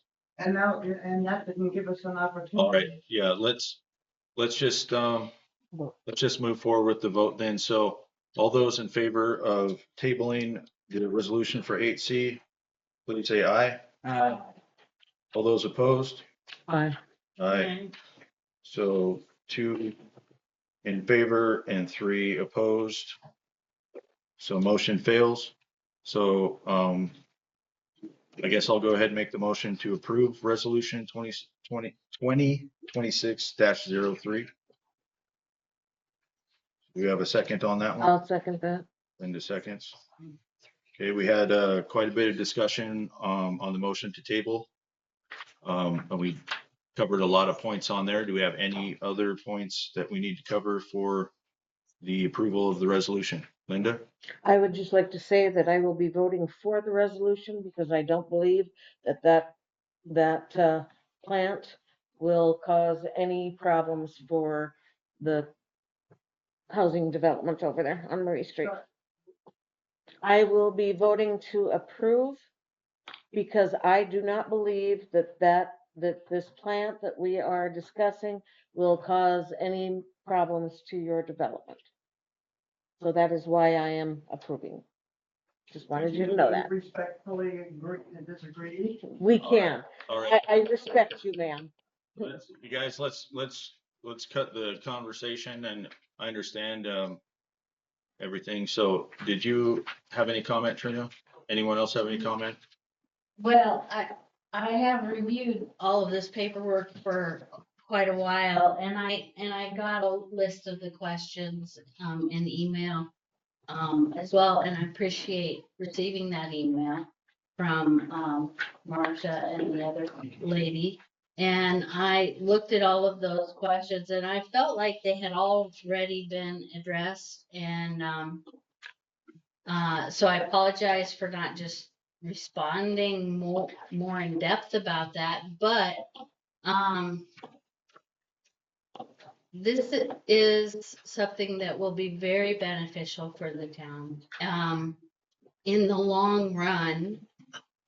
And I don't believe it will harm Maria Street at all. I think it will help. It gives us an opportunity to develop that land that's right south of Maria into a waterway, into a park, into all kinds of things eventually. The options could be really wonderful for that little area. So I'm excited about it, and I'm looking forward to allowing this developer to pay for our sewer line to go in. Okay, thank you. Donna, did I see your hand up? No, I Okay, have it up, but okay. I will be voting yes to approve the resolution. I too believe that it'll help the town. One way that it'll help the town is by allowing us to generate revenue off of our extra lagoon capacity that we do have now, and our ability to discharge water that we didn't have before, outside of land application, which proved problematic in some instances. I do want to say something. Okay, and so in that, for that reason, I will be approving. Donna, did you want to say something? The reason why I'm not approving it right now is I believe we're moving too fast. I might be wrong, but I know people have questions they want answered. And I just think we're moving too fast on it. What's another 2 weeks? What's another month? That's my statement. Okay. All right, thank you. Okay, any further discussion, questions, Aaron? Is everybody saying how they're gonna vote? Because I'm voting no because, yeah, I mean, this idea of this septic project has been kicking around on the back burner for better part of a year. There were 2 or 3 other locations considered. It landed here. The project plan is not good enough for me. It's not. Yeah, we definitely do need that economic study. That's a really fun one. So yeah, I'm definitely voting no because I think we're jumping the gun here and we should throttle back for a couple of weeks. And I think it would be really good to have the public have an opportunity to have a public forum where they can completely freely talk amongst themselves about what they think before, and then we should listen to that and then do the we the people thing and listen to what they tell us. Okay, thank you for that. I will just point out too that there already was a public forum in the form of the public hearing that we had. And so, yes, ma'am, yes, we did. And so, I appreciate that people want to organize another forum.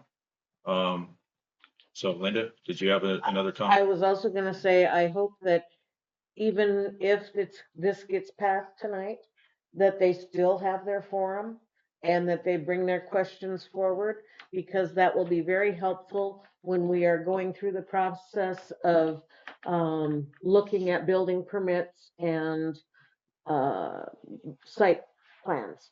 So I hope that you, if this does pass, that you go ahead and go to that forum and ask your questions.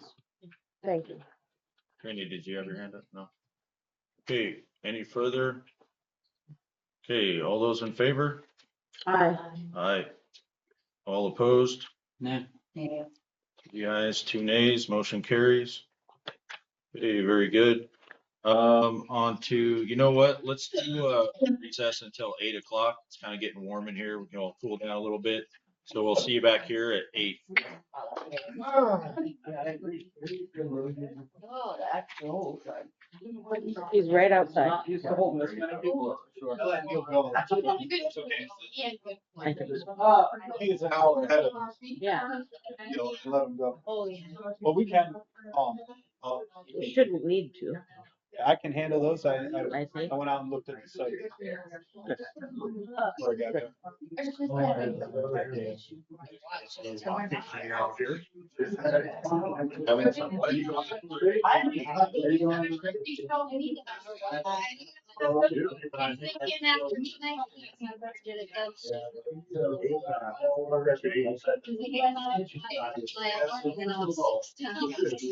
So does that mean, Trina, do we need to go for a little walk? Would you like to go for a little walk? That might help you. Thank you. I am the developer. Oh, okay.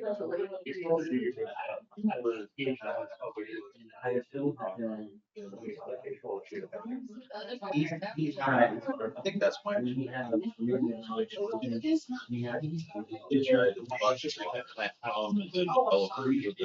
Oh, you need them all here.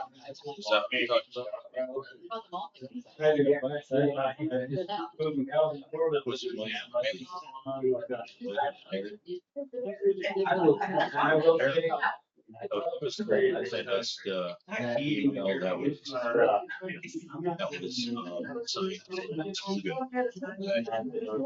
It was like last week, something like that, maybe. It might have been on Monday.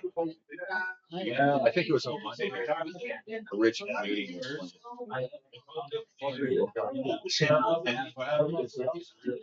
the other lady's last name.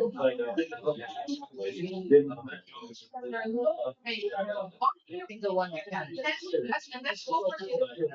Yeah, I think she's.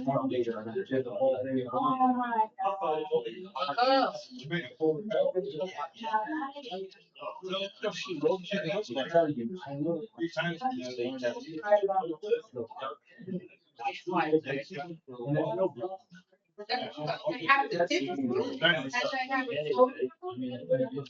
Because you the rest of that. Well, you know, I don't know.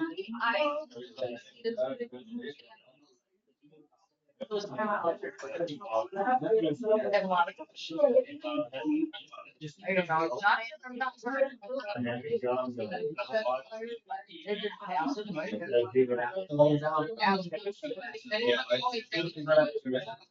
I think that it's, I think that it's to listen. No, that's cool. Well, we are looking for them. But also elected and so, you know, there's a lot of that we have to keep an eye on. I don't disagree.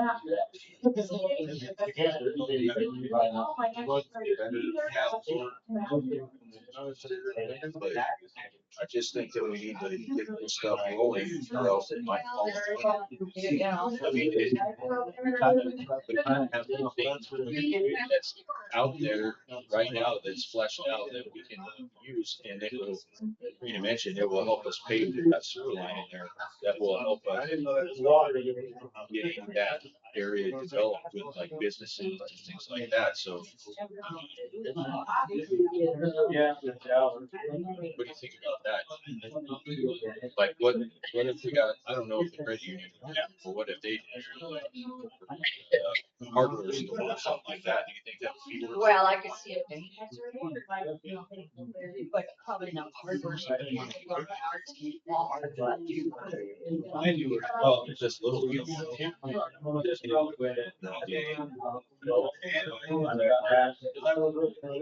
Generally, first move there, needed to do something, I needed to box of spruce. A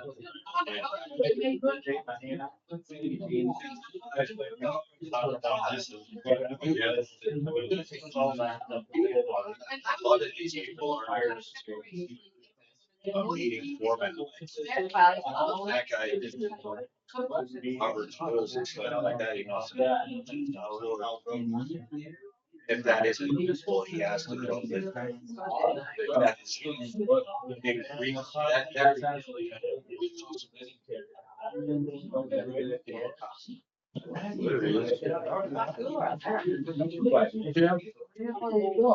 Well, how are you doing, sir? I'm glad you're sitting through on this. I was just gonna try to take a short time and say hi. Yeah, no worries. Yeah, good to see you, man. Thanks for doing that. Oh, yeah. I don't know why, but I signed up for it. We'll see what happens. I make some smart ass comment, but sorry. What makes you feel very good? But I'm glad people do. Well, you know, it's just the way it goes. I mean, people will get riled up for whatever reason, and then. Hang on. I know. And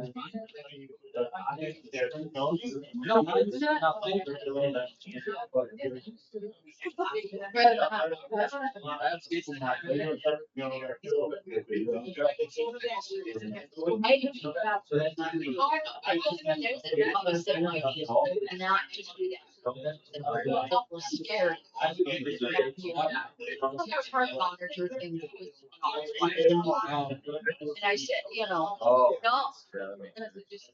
It's riled up everybody.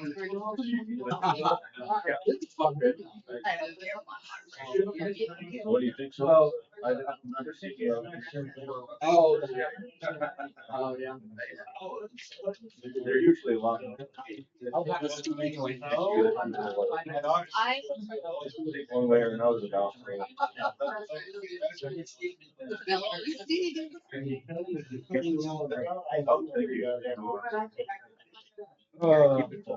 Yes, sir. Yeah. Yeah, I can.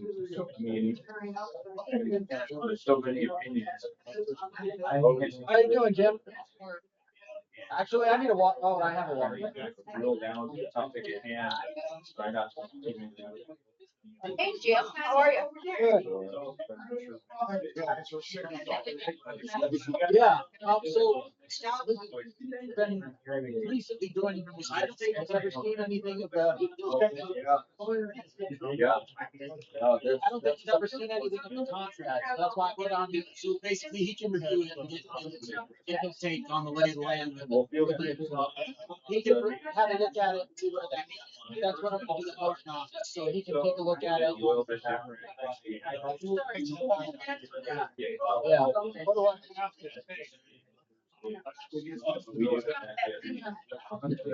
We're gonna.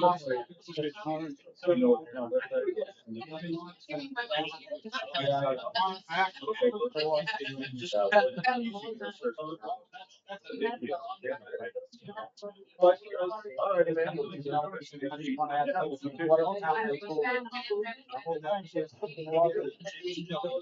Welcome, Jim.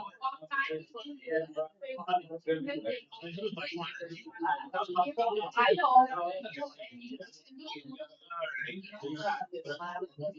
Yes, you got 2 minutes. Should I go back out again? I don't know. Is anybody in the restaurant? I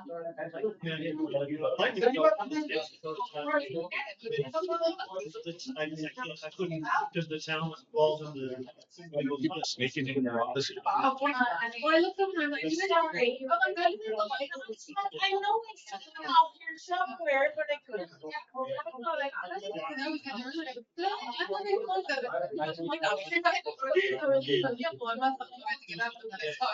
I did. You know, it's bad enough if it's the public sneaking in your office, but to have a board member do it.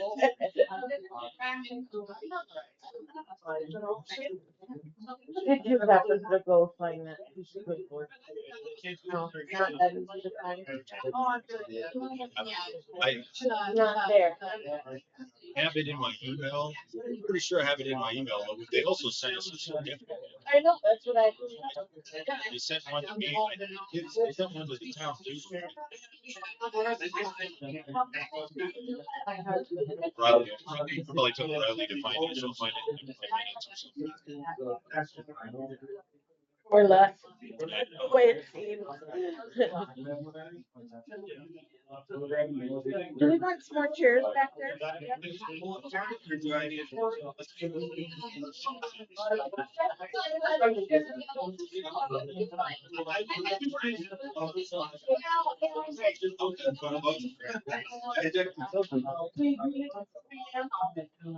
Still be friends and respect one another? I think so.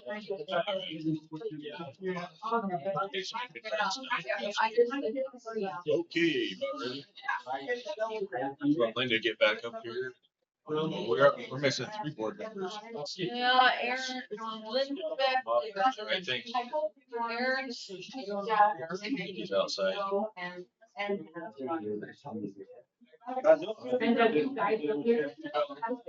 My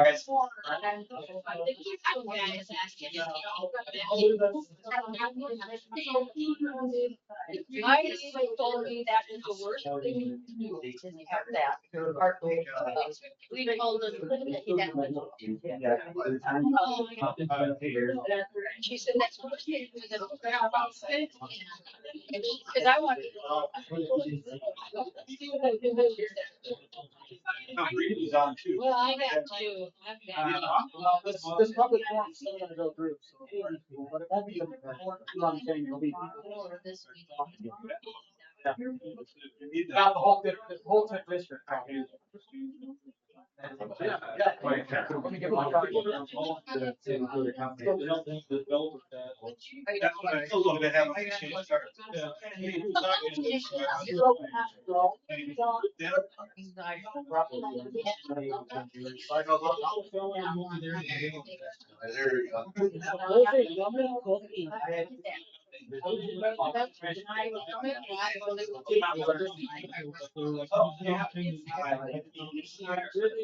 I got something for you.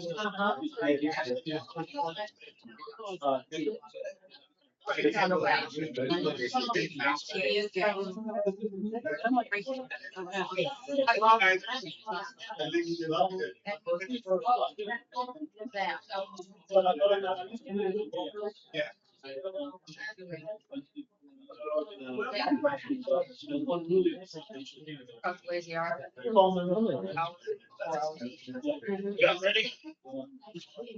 Okay. Get back to business here. On to 8D, informational permit. I guess just go over what that is and that'll be it. Yeah, and I let Neil sign off because he prepped me.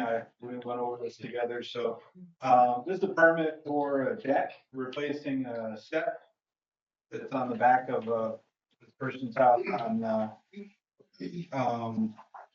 Viola Street, 495 Viola. And I was out there today. You can see the area that they're working. I did recommend in my staff report that they make sure they do the one call and they don't hit their own sewer line or water line. I think they should be okay from the water standpoint. And that maybe something Chuck could chime in on. But the sewer, it may go to the back. It goes to the side. That's a lake story house on the corner there. Is it 2-story or 1-story? 1-story, right? The one on the corner, across from the high school, or from the elementary school. Where Jack Haggerty lives. Jack Haggerty. Oh, yeah. No, his sewer goes out back into the alley and the water comes in from the front. Yeah, so I'm not too worried about the water, because he's working in the back. Yeah. It'd be the sewer.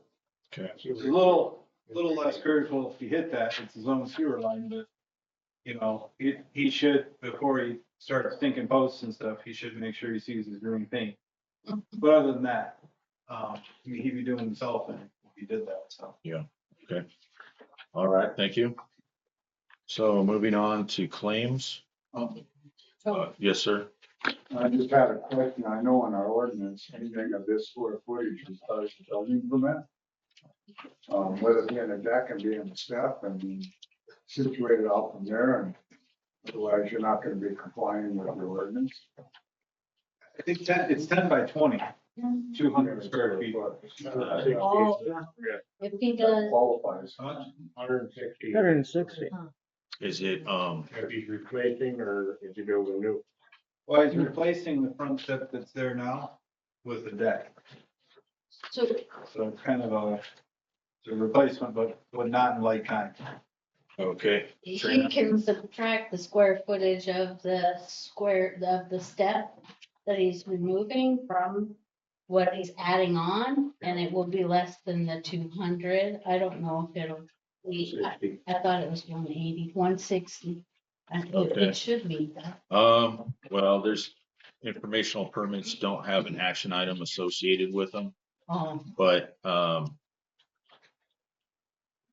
we'll need to look at that ordinance and double check the square footage for including decks as well. Okay. So, all right, thank you. Linda? Joan has her hand up. Oh, sorry, Joan, I didn't see you back there.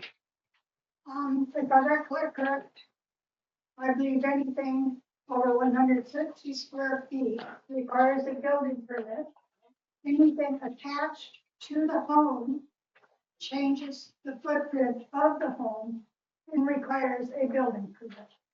Okay, I've never known something this size to be an informational permit. okay, thank you.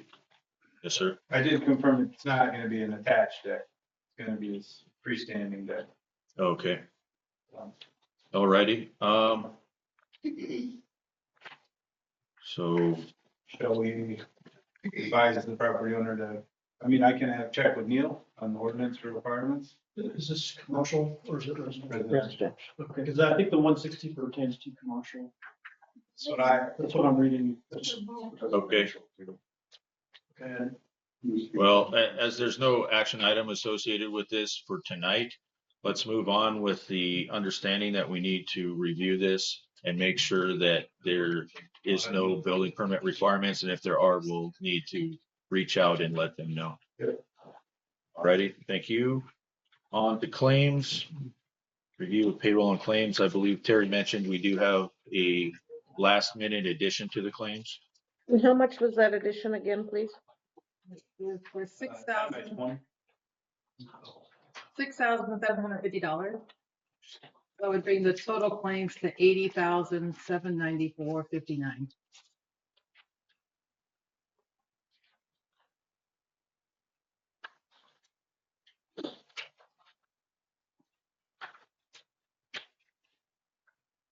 I would make a motion to approve the claims. Okay, Linda makes the motion to approve. I'll second it. Donna seconds.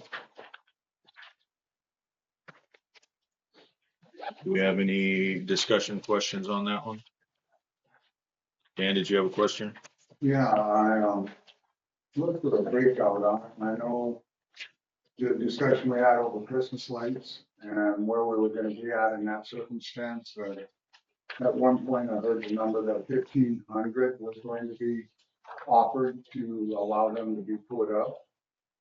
And what I'm seeing here for the breakdown on that, we're at 1629.15.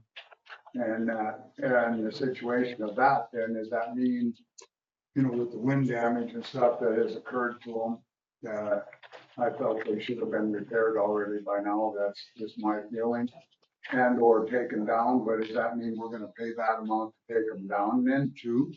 Where it was only allowed for 1,500, and if so, I think it should be looked at to be rebid out, as in the very beginning of this, it was offered for free. And of course, all of that went away. Okay, So now, I'm just asking that question, please. well, I understand your question. So we do have a Christmas decoration item that's paired with other things in there. Stamps, office supplies, and Adobe software. Is that what you're talking about? Correct, I have the breakout here if you need to see it. But if you look at that, then not all those items were to the BBB funds. So the 876.65 and then the 80 and the 4031. Yeah, the left was 670. The other stuff went to the streets because those brackets are gonna remain up on those streetlights. Okay. 76. So it came to like 900. For the left. Excuse me, sir. Excuse me, sir. Terry's talking. Thank you. So it was the three, I think it's like 900 some dollars. Aaron? Yeah, so because I went with the actual 900. standard DOT practice that I saw in the brackets, they're year round. So because it's now essentially an attachment to the light poles, not necessarily explicit to the Christmas decorations, it just seemed more logical to come out of streets. We do have a light pole maintenance section under streets. So since they're a permanent addition, a permanent fixture, rather than other maybe less savory options that could have been used to put them up, I make sure they went up exactly the way DOT would have put them up if they'd done it themselves. So now they're a permanent addition to the Okay. streets infrastructure essentially. All right. So thank you for that. So if I understand the logic behind there, it's because we can hang up more than just Christmas decorations on there year round. So Christmas decoration was part of it, but not all of it. Right. Okay. Makes sense. So is that okay?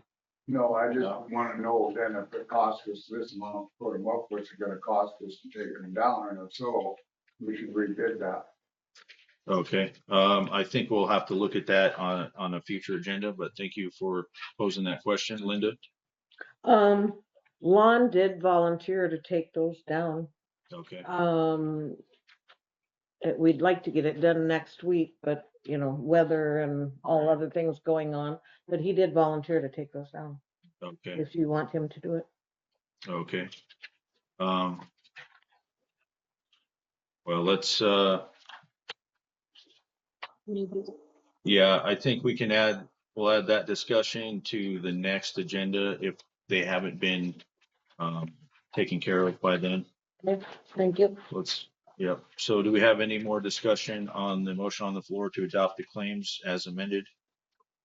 Okay, all those in favor? Aye. Aye. Motion carries. Thank you. So on to law enforcement 10A. And so this was updated to be the marshal position update. So as many people may have heard or may not have heard, I received an email today from the marshal stating his desire to resign from his post. And so I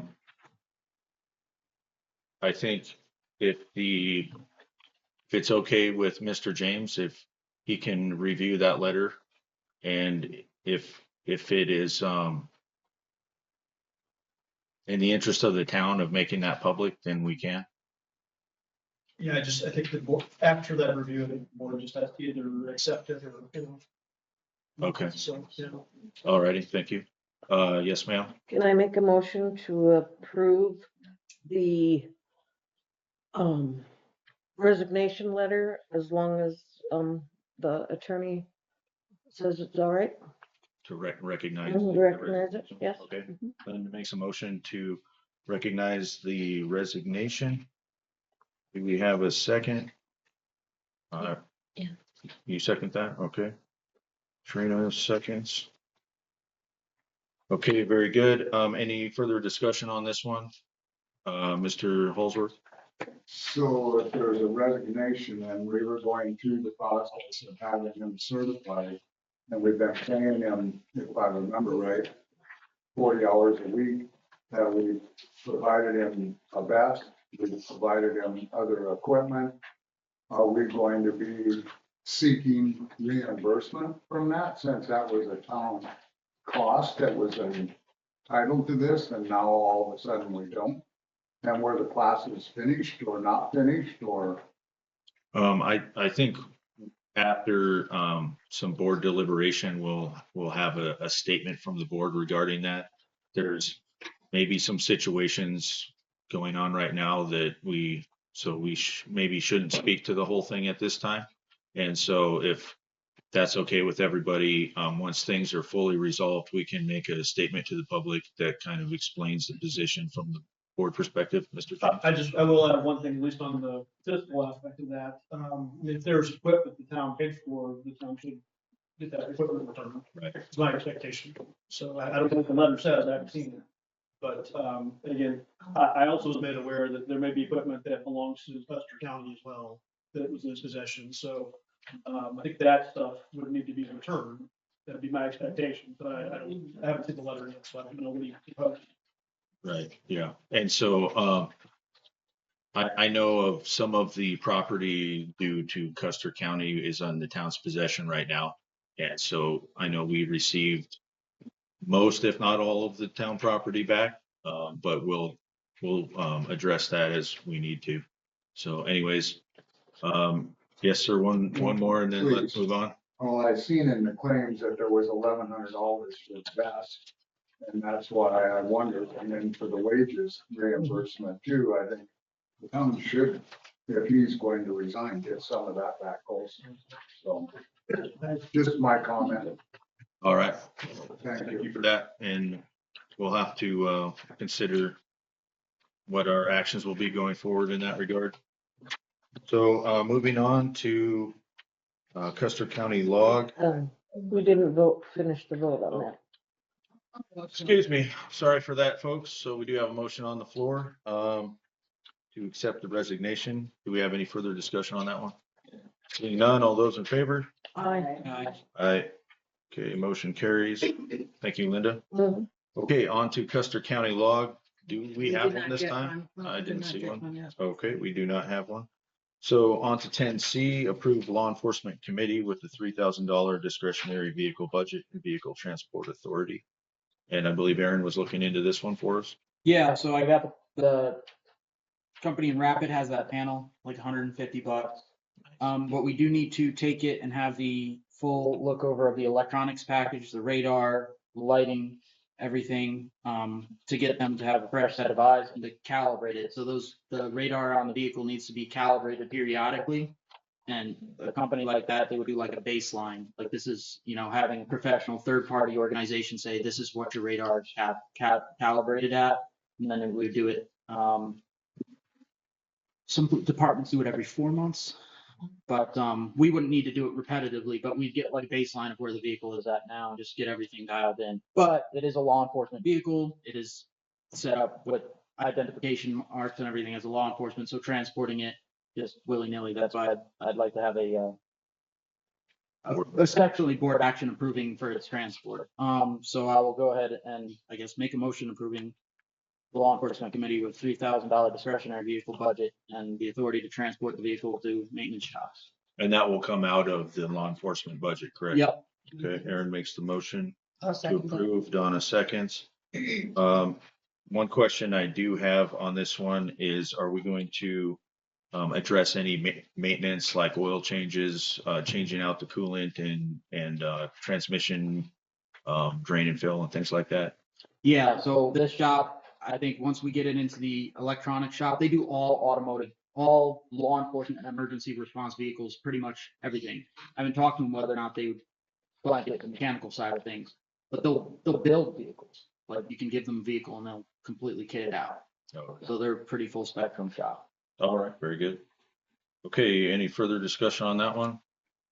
Dan, did you have a? Thank you. Yes, I guess we don't have a town marshal. What's the big hurry of spending some big dollars towards getting our vehicle done or any of the transparency until we have an individual? Make sure it's set up to that individual's liking.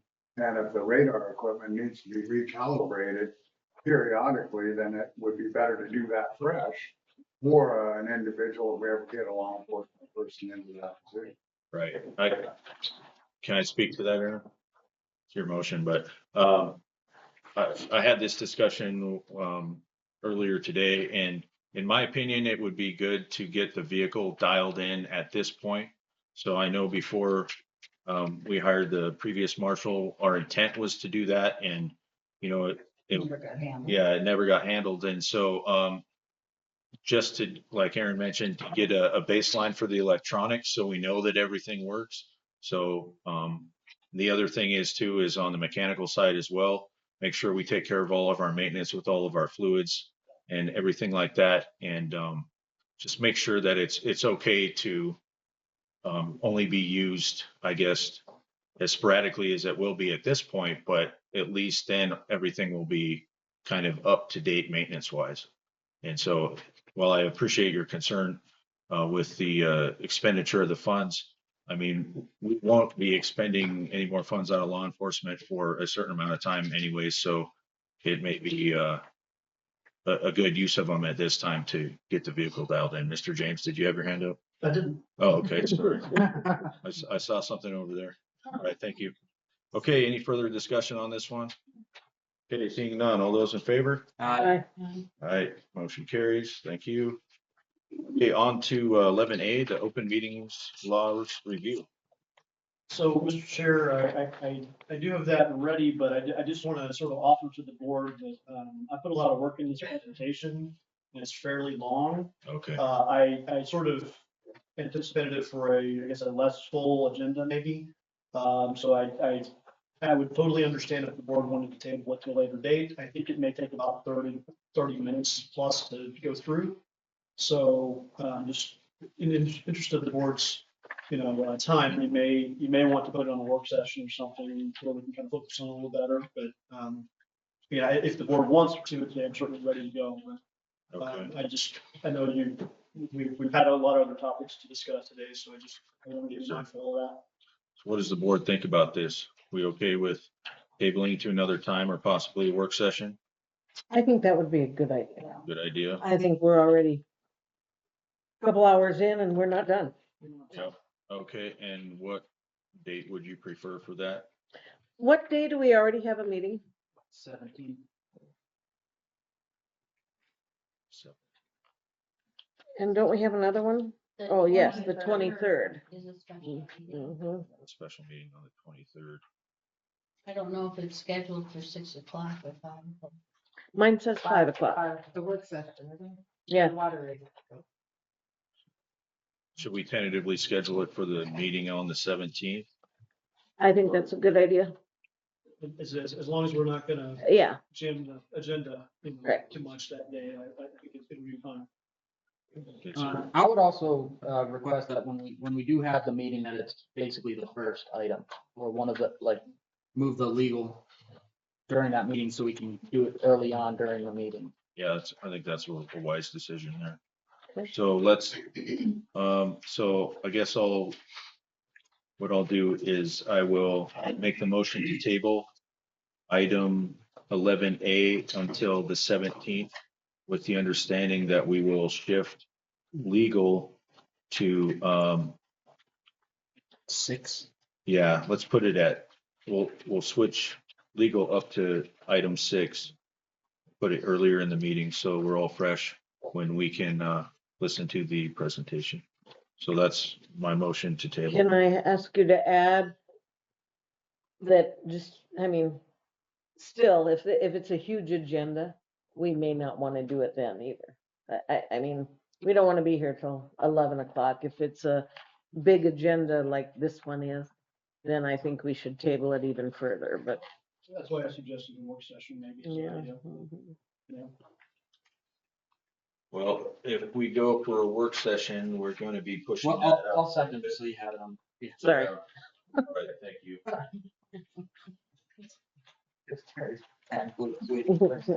Yeah. Yep, and so need to.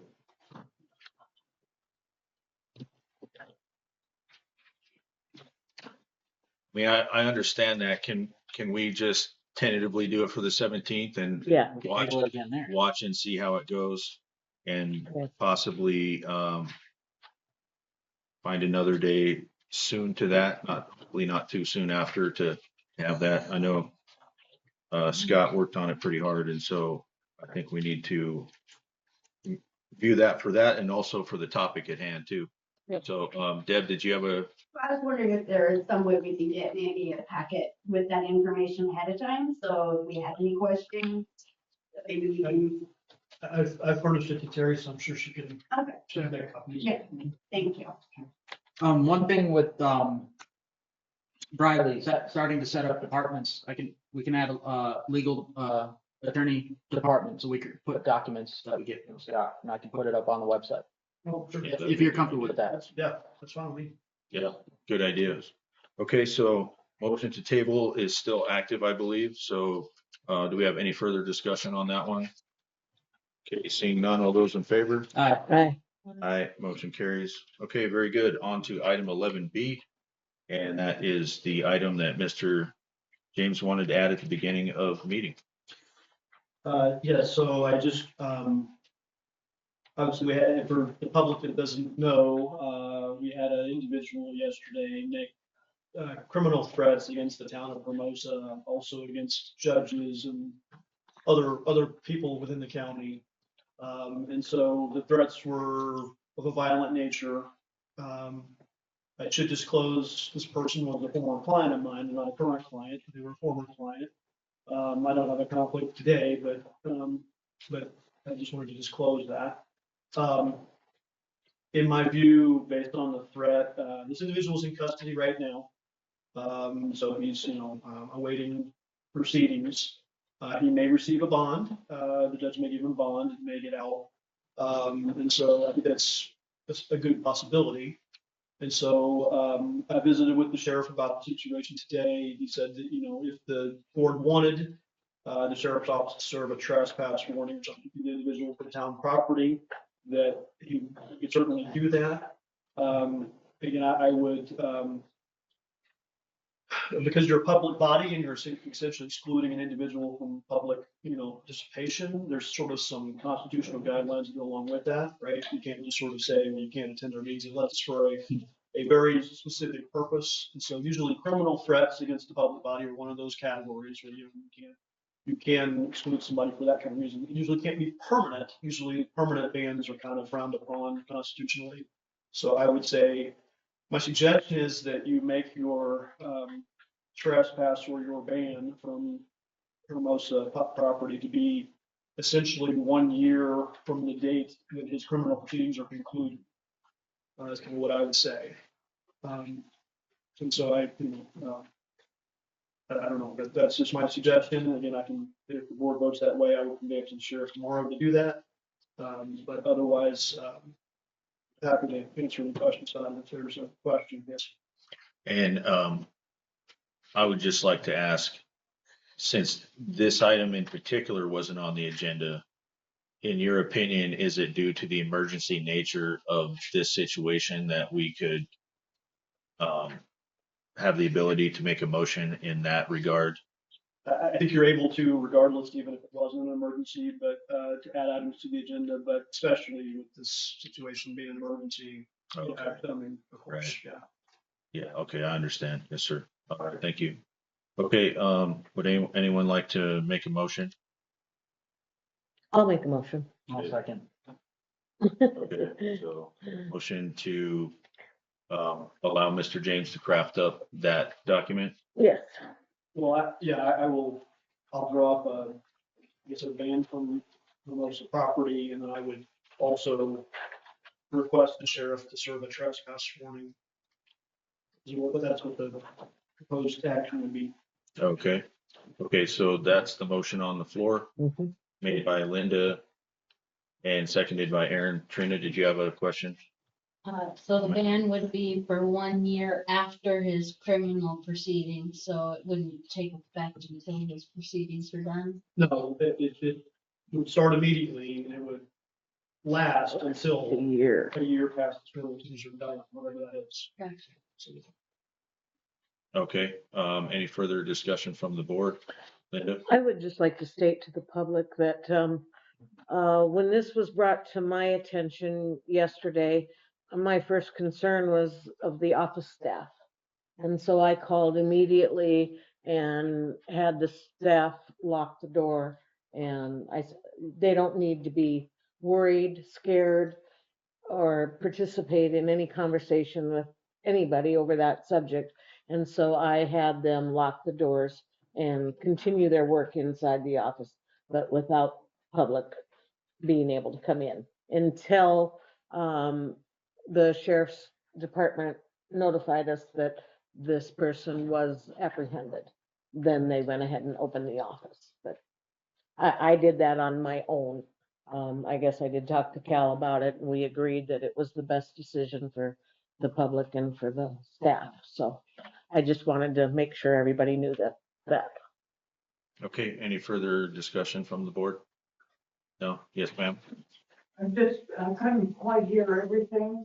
Is this person a threat just to the town itself, the offices, or the general public? I personally, may I? If you don't mind, could you answer the question, Mr. James? Sure. This individual, went to the Custer County Courthouse yesterday. He was disgruntled. He, voiced his exasperation to a lot of people in the courthouse. Eventually he started saying he wanted certain things to happen to certain people. So I think a lot of his ire was at the judge that's in Custer County. That's where his focus is, but he included the town, saying he wanted violent things to happen to the town. And so, that's when we kind of got in the loop about it. So, again, I don't know that, you know, it could very well be he's just ranting, and it's just somebody who runs his mouth. Um, it was a specific violent threat, so you just can't take chances with that kind of thing. So that's why yeah. Okay, Connie? I heard you say a Hermosa ban. Is that the whole town of Hermosa? He does have a residence here. Is he capable of coming back to his residence? I don't think we have the power to do that. I think we're just saying from any properties managed by the town. But, yeah, so yeah, we can't stop him from going to his house. Okay, yeah, no, I didn't, think we could. No. Yes. Okay, thank you. Karina, did you have something to add or question? Correct me if this is not the right way to say this, but I would like to make sure that we cover the mental health of our staff in our executive meeting, just to make sure that we talk about that, because when something like that happens, it can be traumatic, and I want to make sure everybody's actually okay. Even if they say they're not, they're okay, sometimes. Okay, yeah. So. Good point. Thank you Personnel for or that. executive. Yep. So, okay, do we have any further discussion on this one? Seeing none, all those in favor? Aye. Aye, motion carries. Okay, thank you very much. On to Public Works Streets. Preston. Oh, Item C. oh, okay, sorry. Yeah, I didn't have enough room to write it on the next line down. Yeah. All right, item C. Yeah, so the Preston family, one of the members came in yesterday and talked to me. They've been having some questions about, the status of the funds that the town is holding for them. I think this needs a look at by our attorney, so, I will make a motion for city attorney to review the Preston Family Ranch contract for paths of fund dispersal. And I would ask that this be limited to people, since we don't want to take too much time, to people that have direct interest, including board members, attorney. Big discussion. Yeah. Okay, Aaron's made a motion. Do we have a second? I second it. Karina seconds. Mr. James? I don't know anything about this topic, so Right. you can tell me a little bit about, just a little bit of background on what the concern is, just so I know kind of where to focus my analysis a little bit. I just don't know, I don't really know what we're talking about. Right, so they have the land that they had a plan together to do infrastructure. Things didn't quite pan out. There's still some funds that they had given to the town for holding as a part of this project. And they're trying to look at paths forward if we can essentially, are there a path for us to return those funds? Okay, And Jim, it's would the you like Preston to Family present? I think this would be under the water department, but I have a request under that. Is this the right place to have this? For talking about your funds? Yep. Yep. What my request is the town of Hermosa had we had loaned the Hermosa town $150,000 and for water projects. And they were not complete under the town. And so I guess I am requesting that we get that money back. And you're shaking your head. Thank you very much for doing that. But I forgot your name. I told you. I forget. It's all right, Dan. You Okay, get a lot better memory than I got. all righty. Is that all you That's wanted my to say on that one? That's my request. Okay, thanks, Jim. So there were a couple of different documents that were kind of defined the relationship between the Prestons and the town. So we'll make sure the attorney gets to review all the documents so he can be aware of the situation. I can make myself available to you for discussion. One of the first things I did when I got on the board was to work with this issue. So anyways, Linda? I would just request that, you're always very speedy, but I would request that this would be done by the next meeting so it could be put on the agenda. Okay, thank you. Still don't kill a couple of things. We'll go Aaron and then Krista. Yes, ma'am. Yeah, I'll just make sure Scott has a hard copy of it before we leave tonight. I was gonna say, I need to turn that. Yeah. Somebody to. Yeah, I was just in the file yesterday, so I know where it is. Things can be Okay. hard to find. You have all the documentation? The contract, really the item of most importance is the contract. There was multiple contracts though, right? Mhm. Were you aware of that? Yeah, so just make sure that he has them all. That's Yeah. all. All right, Krista? Hi, Krista Preston. I am one of the Preston family. I have all the documents here. Give me copies before I leave you if you would like. But in 2021, development funds for water, sewer, 150,000 each for 300 we gave. We had thought about doing, we still have a Lone Coyote plan, which fell apart, because it didn't fall apart, but there was a lawsuit.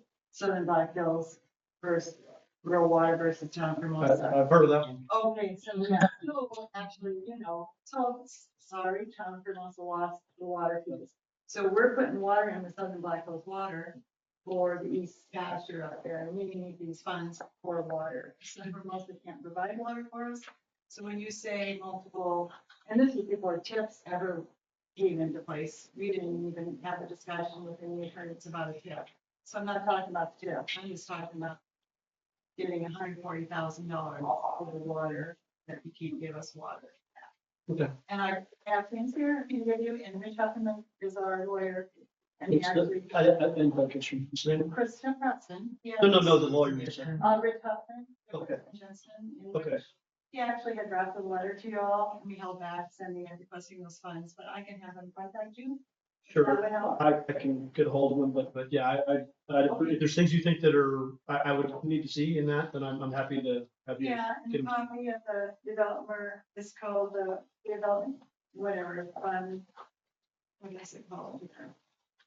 Agreement for contribution of developer funds for public improvements, and that was December 8th of 2021. And the water should have been by March 2022. It didn't happen because of the lawsuit. Okay. Then we sold a half an acre to the town of Hermosa for what is it, the water tower up there? Yeah, and in that a purchase agreement that was signed, you delineate 140 is held back for the sewer portion, but there's another 140 that we're requesting that. I appreciate the fact. Thank you. All right, thank you. And so I guess we'll try to get all of the copies of what you would like to give to us tonight. Sure. If that's okay. So do we have any further discussion on this motion? Dan? And if you do need any, fill in the blanks on it, I was involved from day one on this, so I'm more than willing to help in any form of way. I know certain times board members don't want that acceptance. All right, well, let's just focus on the motion at hand here. So, alrighty, so do we have any further discussion on this one? Okay, seeing none, all those in favor? Aye. Aye, motion carries. I believe that was unanimous as well. Yeah. Okay, thank you. Okay, so now on to streets. So, Oh yeah, streets. Warm weather, really good time to be back out there. Need to get a hold of Mark and get scheduling for him to bring his compactor out. We got to lay out the road base and then get him the compact over it. I'm gonna reach out to him and see what he's doing this weekend. Other than that, streets, no snow really, so there's that. That's a good thing. yeah, I would like to point out though, so at the beginning of the meeting, I requested to put something in the minutes, and it was just to draw attention to the fact that we did discuss having the riprap on West Main, and I believe it's still there, but so we do need to get that addressed. Anything that doesn't get compacted, we'll need to pick up, and I'll make myself available to help pick that up if necessary. I did see a semi truck parked up there, and it appeared that a tire service was putting in a new tire on there, and so I hope that it wasn't due to the condition of our roads. But I think going forward we should be more mindful of if we are inadvertently making issues on the roads just with the way that we're maintaining them. So I just would like to say that. So do we have anything else on streets? Okay, Chuck, streetlight repairs. Next item is street lights. And they were down and worked on several of them and didn't work. And still have the same problem. So I'm working directly with one of the individuals over there. So he comes back and picks up on what the problems are. And it's three components to the lights. Of course, there's got to be power to them, and then there's a daylight to dark eye on them that turns them on, turns them off, and so it can be several things that could be wrong when they do not operate properly. So I'm coordinating those repairs with him. So I will take another check in this next day or two around the whole town to make sure it is in the contract that I do look at the lights periodically to see what's on and off. Sometimes they're off and sometimes they're off. So there's no real reason why they're not going off. Or one down there that he repaired never went off from the day he left. It was on 24 hours a day. So it ran long enough that it kind of, I don't know if it burned itself out or what happened, and it went completely dead. So those are issues that they will. He'd indicated that the streetlights were a dead loser for the company. That their maintenance and repairs on are way exceeding what they're getting paid for electricity on each individual light. And as time goes on, they're going to the LED bulbs, which are much brighter and much more efficient, but they cost quite a little money. Has to be weighed out over a period of time. So they're dead loser not only here, but lots of other places they have. It's their maintenance is way, way, way more expensive and they're getting off revenue. Okay, the next thing on the agenda is for sewer updates. So we have this huge leak over here again. And the gentleman that fixed it at the time when we did it the first time, he indicated if we didn't change this and change that, that he couldn't guarantee it. There's some question on the warranty, and that was looked up, and it was less than a year since it was worked on. I took pictures of everything that went on from start to finish. Linda was there, and Calvin showed up, and different ones to kind of witness what was going on. And of course, tremendous amount of mud would have to be removed and dry material brought back in. I did use a couple of truckloads that I'd requisitioned on the road project, with down pump house. Out of the gravel dirt mix, which was ideal backfill. So I loaded that on his truck and he brought it up and put it in. Also needed clean rock, to bed the piping in. I furnished that from my personal file. And then you also needed a road base to patch the street after the fact, and we had a couple of truckloads in stock on Third Street, so I loaded his truck and brought that gravel up there, belongs to the town, so we used it in, rather than have him go and get a couple loads and wrap it and bring them down. It was quite a savings, I'm sure. So what was actually leaking there is, on that intersection, there's 3 6-inch valves. Some of them are looping valves and some of them are escalation valves. They were put in 26 years ago. And we're still experiencing some of the poor workmanship from 99, 2000. All of these components did not have epoxy coated. Consequently, when that's not there, the soil is very corrosive.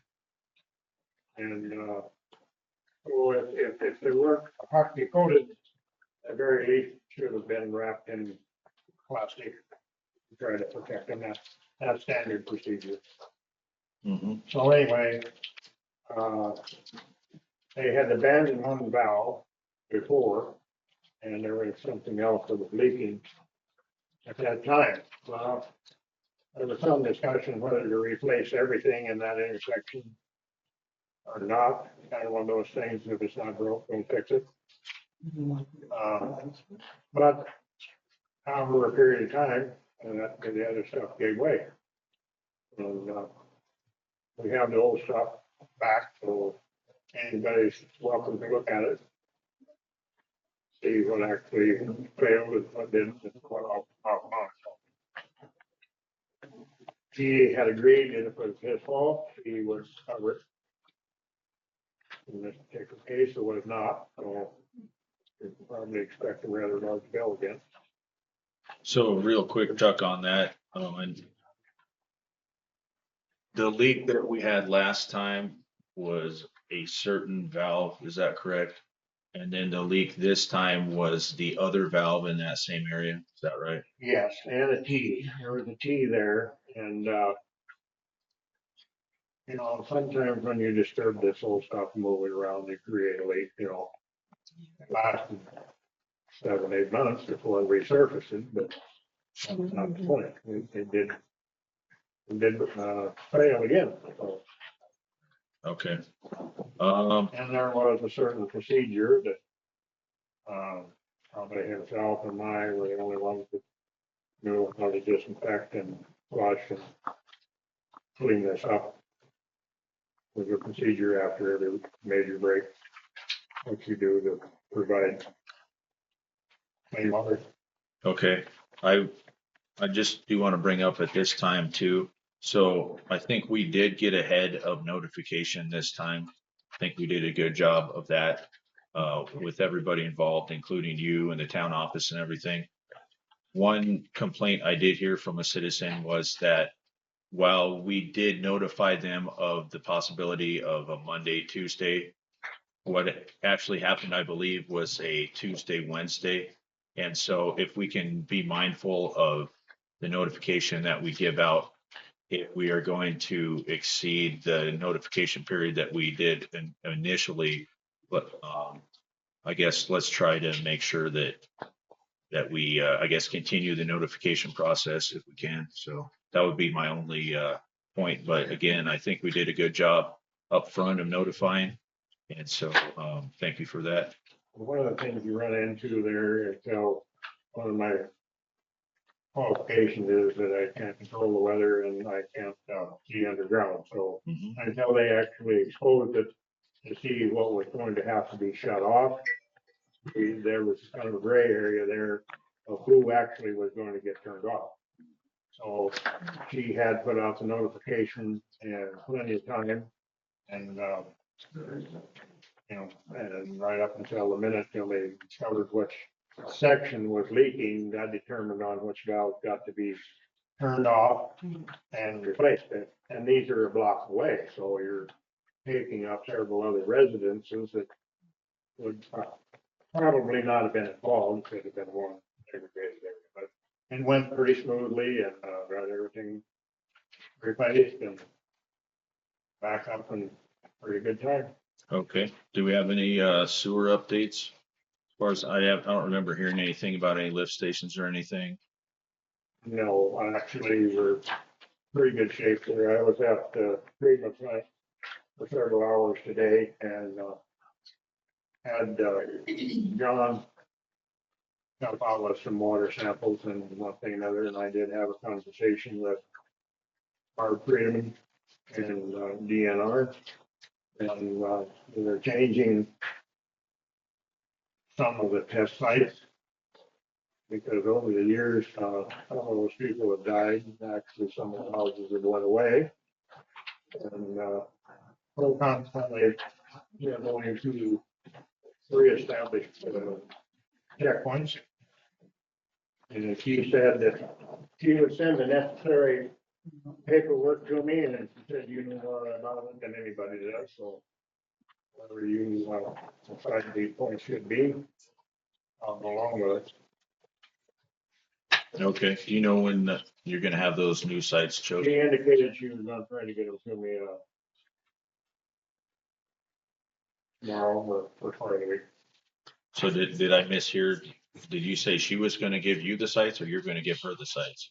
She'll send me the information.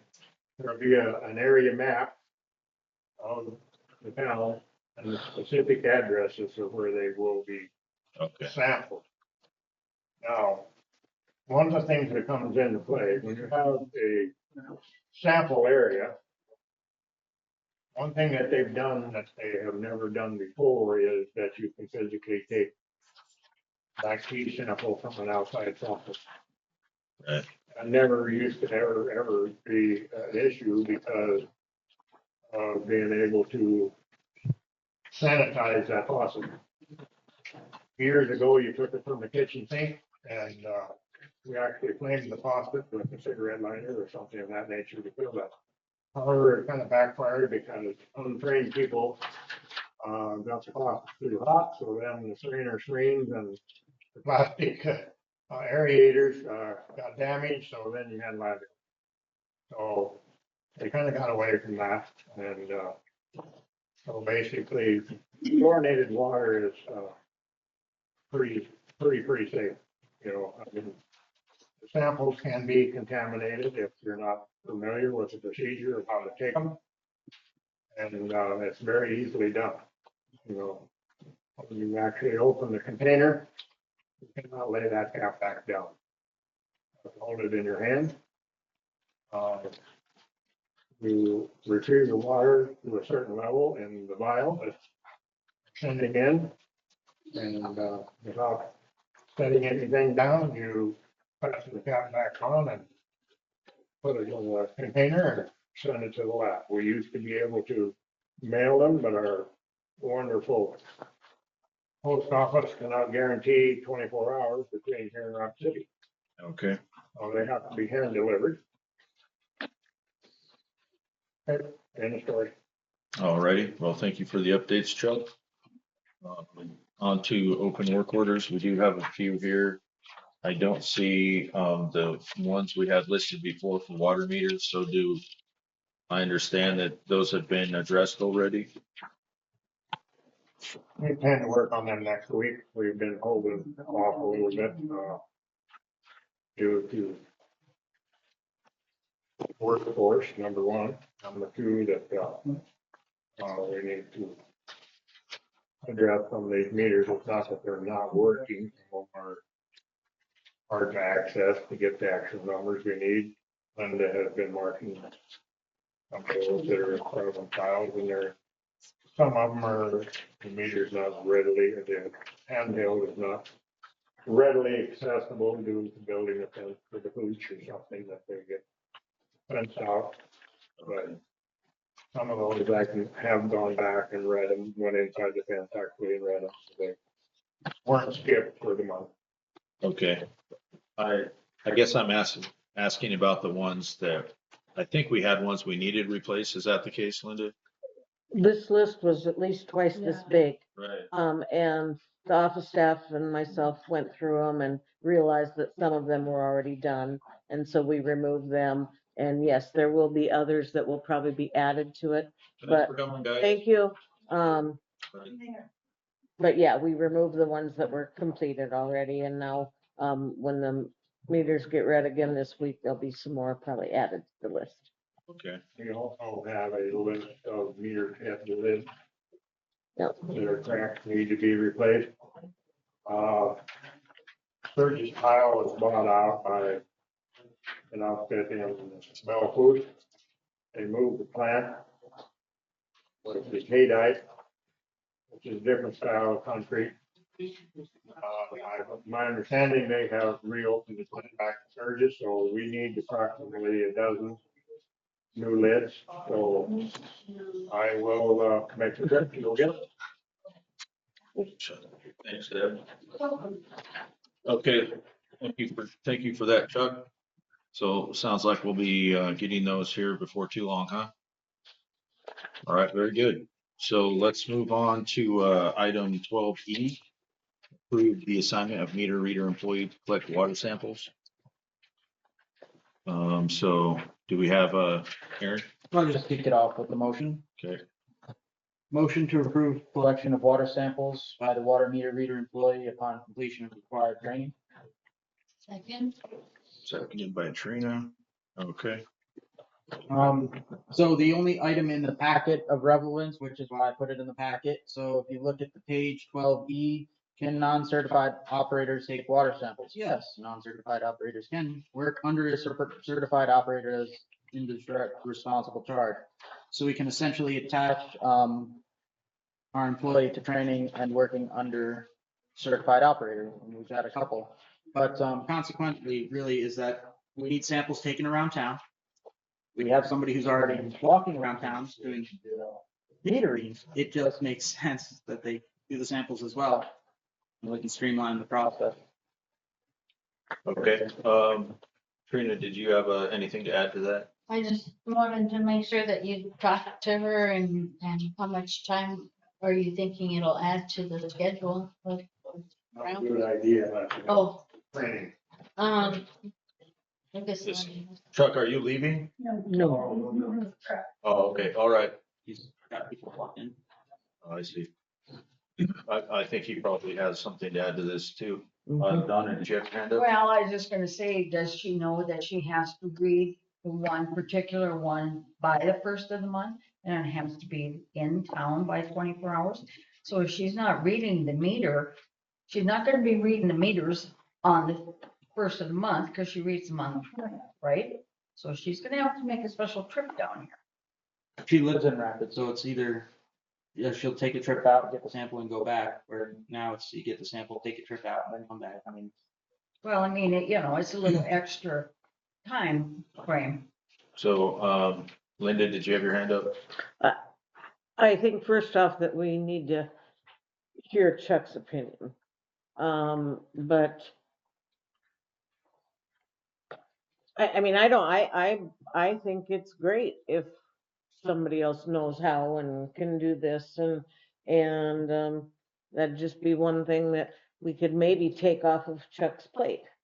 Well, the time frame is the big thing. It is a big thing, and it's very crucial. Yes.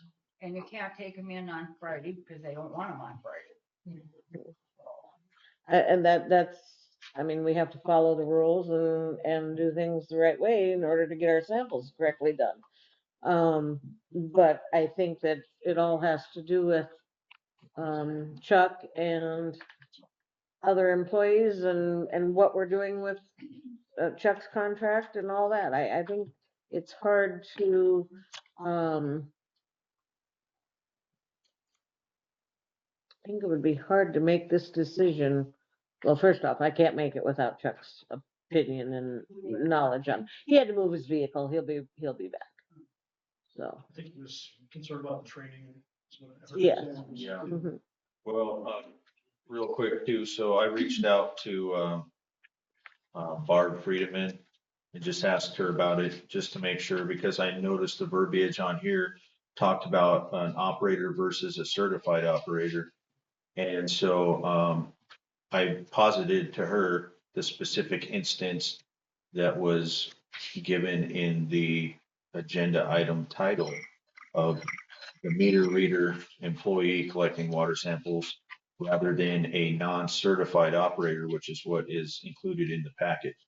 And she indicated that the town has to have a certified operator for both, I forget the exact verbiage she used, but I think she was pointing to both the drinking water and the wastewater, and that it would be permissible for a person to take the samples that was not the certified person. Obviously, we'd want to make sure there's training and everything like that.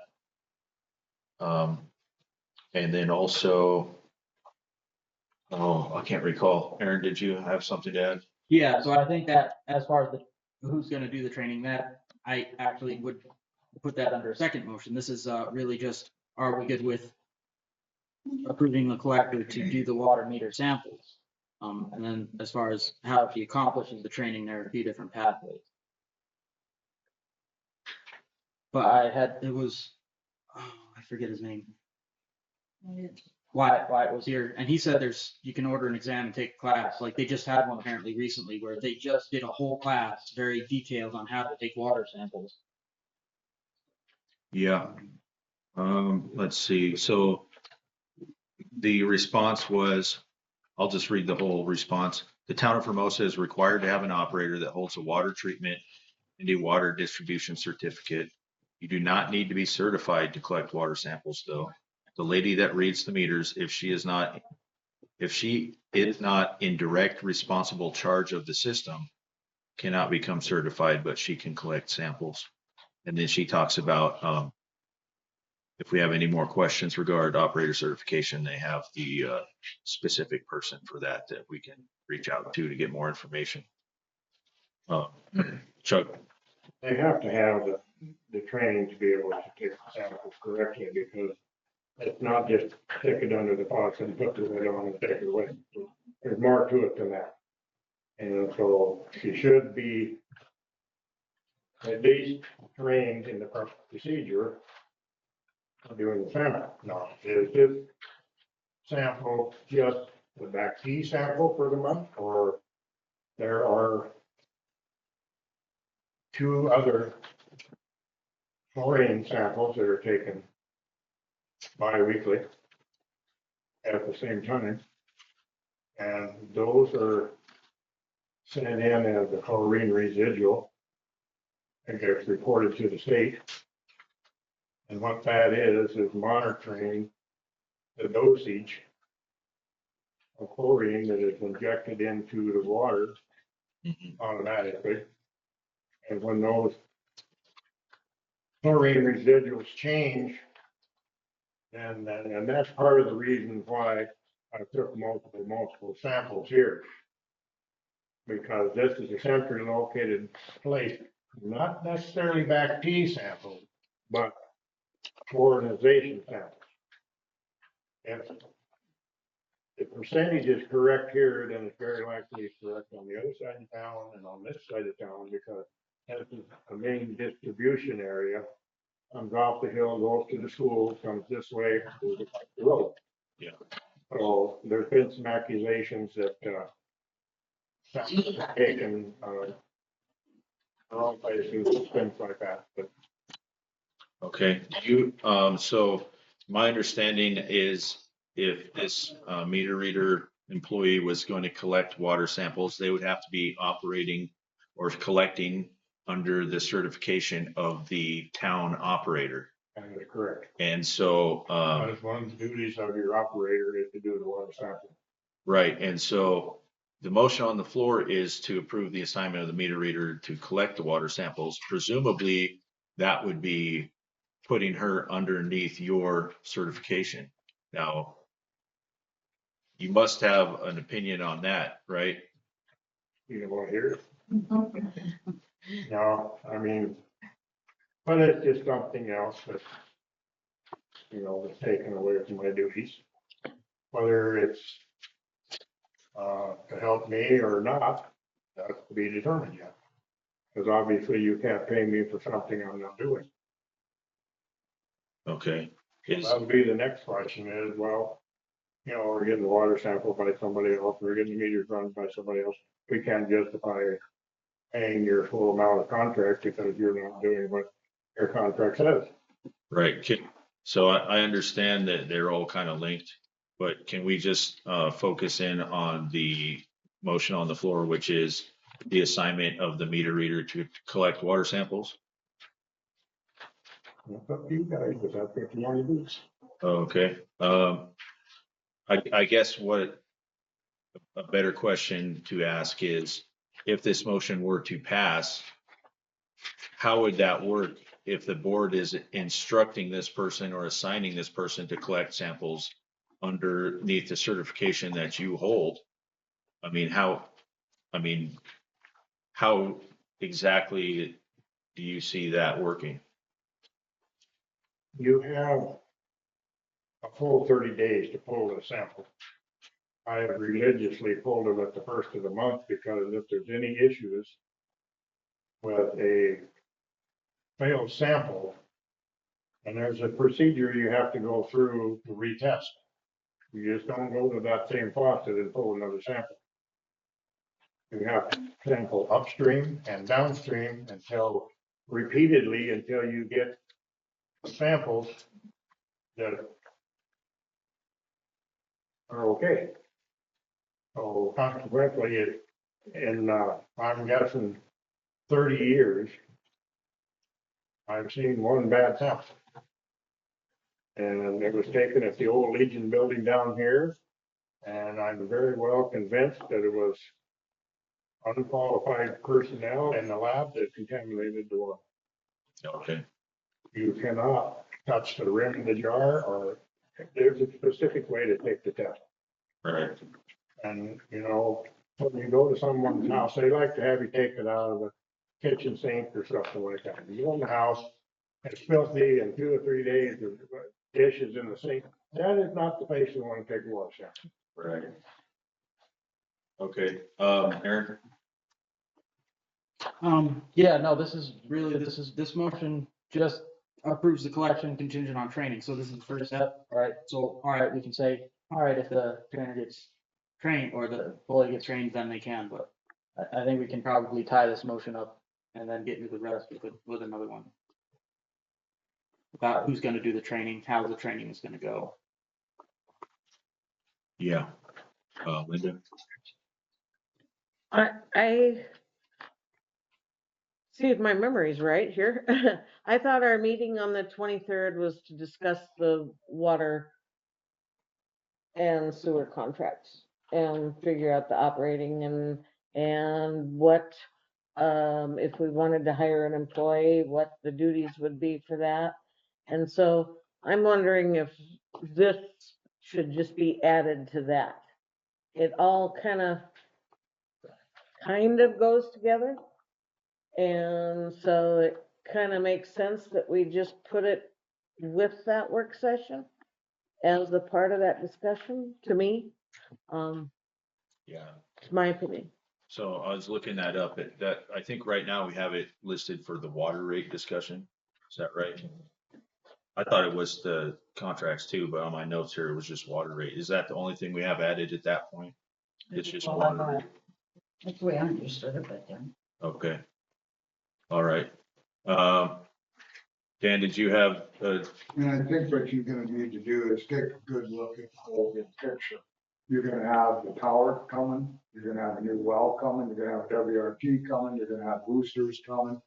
If you've got all of this new infrastructure coming, you had a contract from the engineer and John between the sewer, the treatment plant, Yeah. and all of these new projects that I think longevity wise, you need to look at it all. Okay, thank you for that. Alrighty, any further discussion on this one? Okay, seeing none. All those in favor? Chuck had his hand up. Oh, sorry, Doug. Well, when you're saying the sampling, that's pretty broad. You need to narrow it down. Is it just back T or is it, chlorine residual? Is it the THSN? I mean, there's a list like this that comes from DNR every year of what our responsibilities are for that year to sample. And this goes all the way to, lead copper that has to be distributed to 5 different places in town. And it all goes back to the big survey that we did on lead pipes, and that took 2 years to try to get that figured out. So when you're saying taking the water samples, you're swinging a pretty wide loop here. Is it just the back T or is it everything? Everything. Yeah, the motion, I believe, covers everything, as Aaron mentioned. Okay, do we have any further discussion on this one? Seeing none, all those in favor? Aye. Okay, all those opposed? Aye. Okay, and I'll just abstain from this one, so 1 aye, 3 nays, and 1 abstention. Okay, motion fails. On to 12F. Approve draft and posting of job description for Public Works town employee. And so we had this one up before. I don't recall what the result was of it. Did we motion, was a motion to table? I thought this is what our work session was about. I don't know, guess I'm off, but that's what I thought it was about, was this whole subject here. Okay. Maybe along with the water rates, but.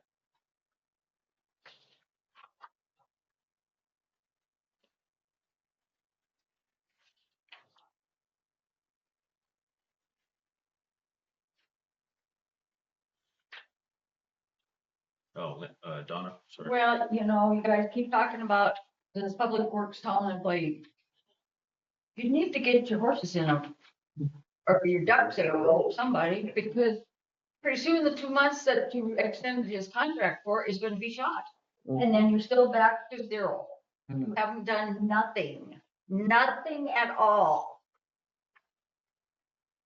Okay, thank you for that. I guess anyone want to make a motion to approve then, and we'll just continue discussion on under that. No motion to approve, any motion to table? I would make the motion to table. What do you got to say? Okay, Linda makes motion to table. Do we have a second for that one? I'll second if I can. Yeah, I'll second. Okay, Trina seconds. So I know this is something we've been kicking around for a while. Let's look at this real quick. Yes, please. Approved draft and posting of job description. I mean, where are we gonna post a job description and why does that matter? Are we posting a job? They don't know what they want. I mean, So, yeah, that's what I'm saying. I think we need to wait on doing that until we're ready to actually even have a job. It's like the cart before the horse.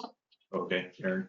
I think there's a misunderstanding here of what job description is. So this is a job description in the context of, all right, Terry has a job description. The Yeah. administrative assistant has a job description that they use on a continual basis, not a job description in the sense of, oh, we're gonna put this in the paper and look for somebody. This is more of the overall framework of what, when we have a public works employee, they're described, the job description will be, which needs to happen way before we actually post the job, which should have happened like months ago. So we're already kind of behind the ball on this. Yeah, for this one in particular. I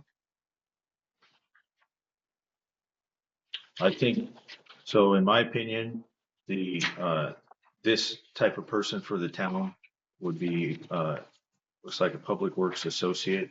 So I'm kind of thinking of that person more of like a town handyman to do the things, for the town. And so, in my opinion, water system operations should be done by people that were already certified and that, and should be under a different heading rather than maybe a general laborer for the town.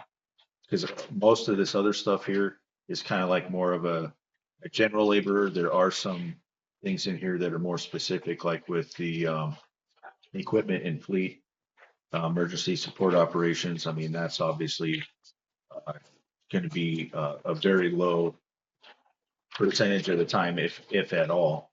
But I guess my only opinion on this is that that we break out the operations parts of this into either professionals or people that, or a separate position for the town, if that's the way that we want to go, so that we have, I guess, the operator that is differentiated from this position.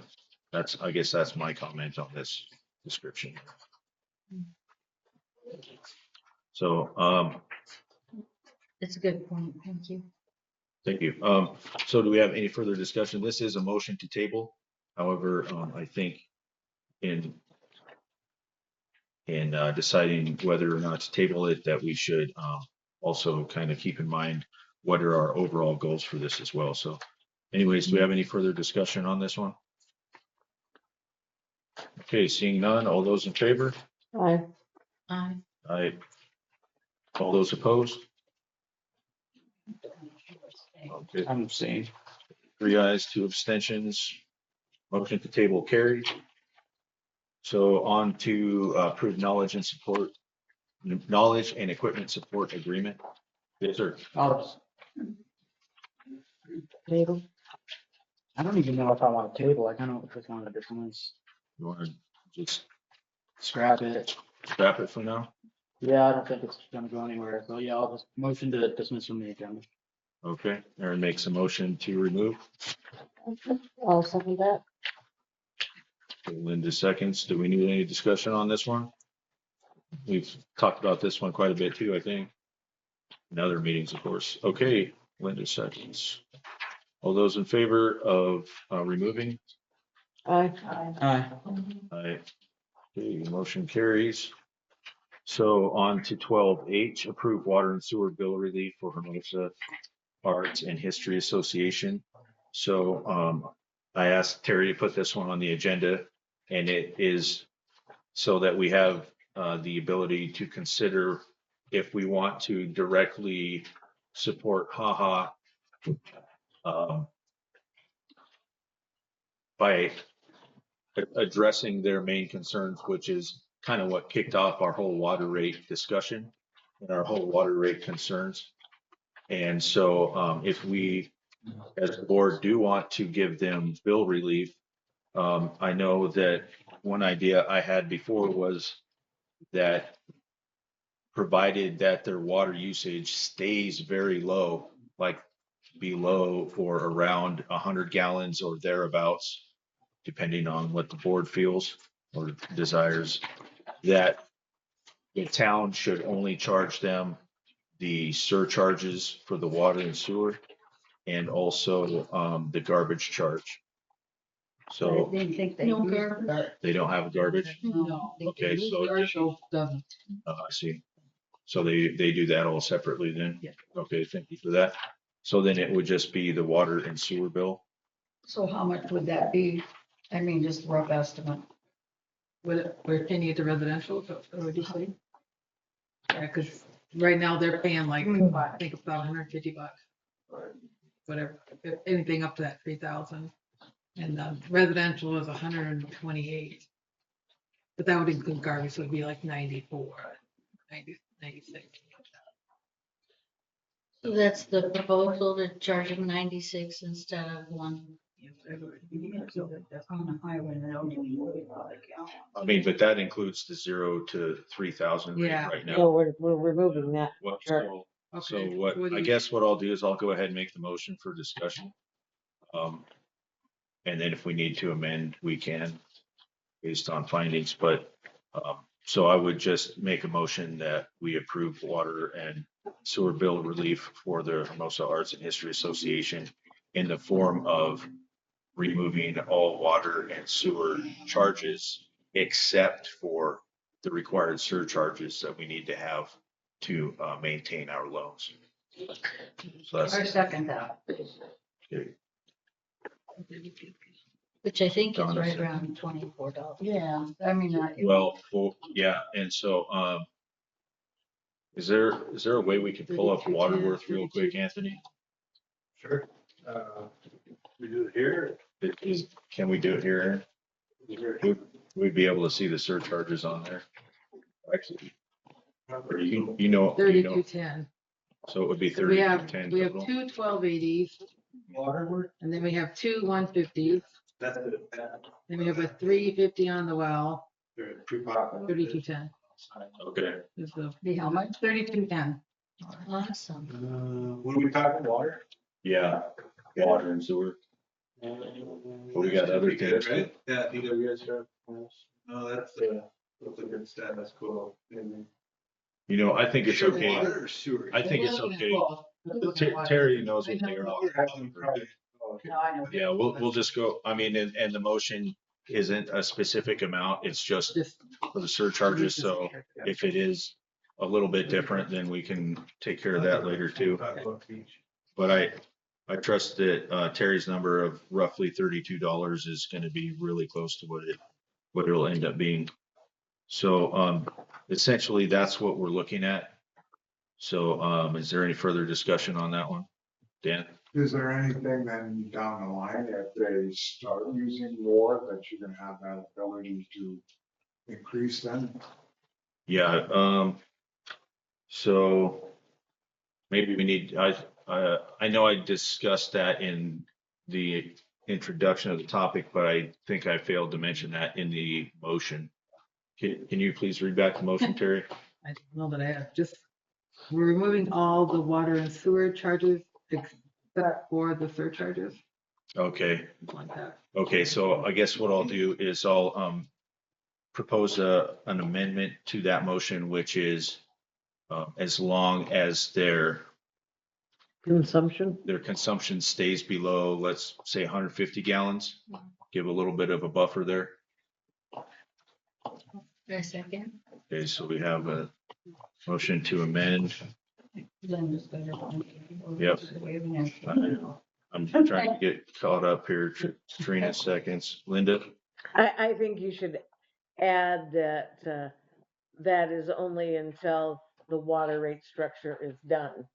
So for the 2 months or 3 months or however long until our water rate structure is finished, then we need to, and it may stay the same at that point, but we may come up with a different idea at that point. So I think it needs to state that also, personally.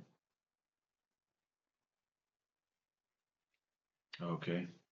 So would you like to make that motion? Ish, if you're not going to, I guess I will. So,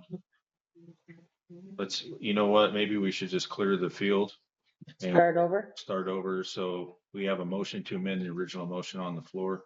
So let's go ahead, and if our intent is to craft a single motion that captures everything, then I would suggest that the board lets the motion to amend fail and the original motion fail. So all those in favor of the motion to amend? All those opposed? Aye. Aye. Did you, are you? Or, yeah, that's fine. Okay. So the motion to amend fails. All those in favor of the motion, the original motion? All those opposed? Aye. Aye. Aye. Okay, so so there's no more motions on the floor. So, I guess we can try this one again. Does anyone else want to try it? I can try it again. Okay, I'll make a motion that we approve the water and sewer bill relief for HaHa in the form of only charging the surcharges for water and sewer. You want to put a amount in there? What's that? Did you want to put a amount in there? So they Yeah, know? I'm trying to think of it right now. He's trying to think of it. Yeah, so, and that is as long as the usage stays below 150 gallons. And that's only valid until we complete the water rate structure rewrite. I said, Trina seconds. Okay, so we do have a motion on the floor. Is there any further discussion on this one? No? Sound all right to you guys out there? All right, thanks. All those in favor? Aye. Aye. We got 4 ayes, all those Abstain. opposed, abstain. 4 ayes, 1 abstention. Very good. Okay, so moving along, approved booster pump proposal. This was a result of working with another plumber to get us this quote. Did it sit in here? I thought I saw it in one of the packets. I guess it didn't make it into here.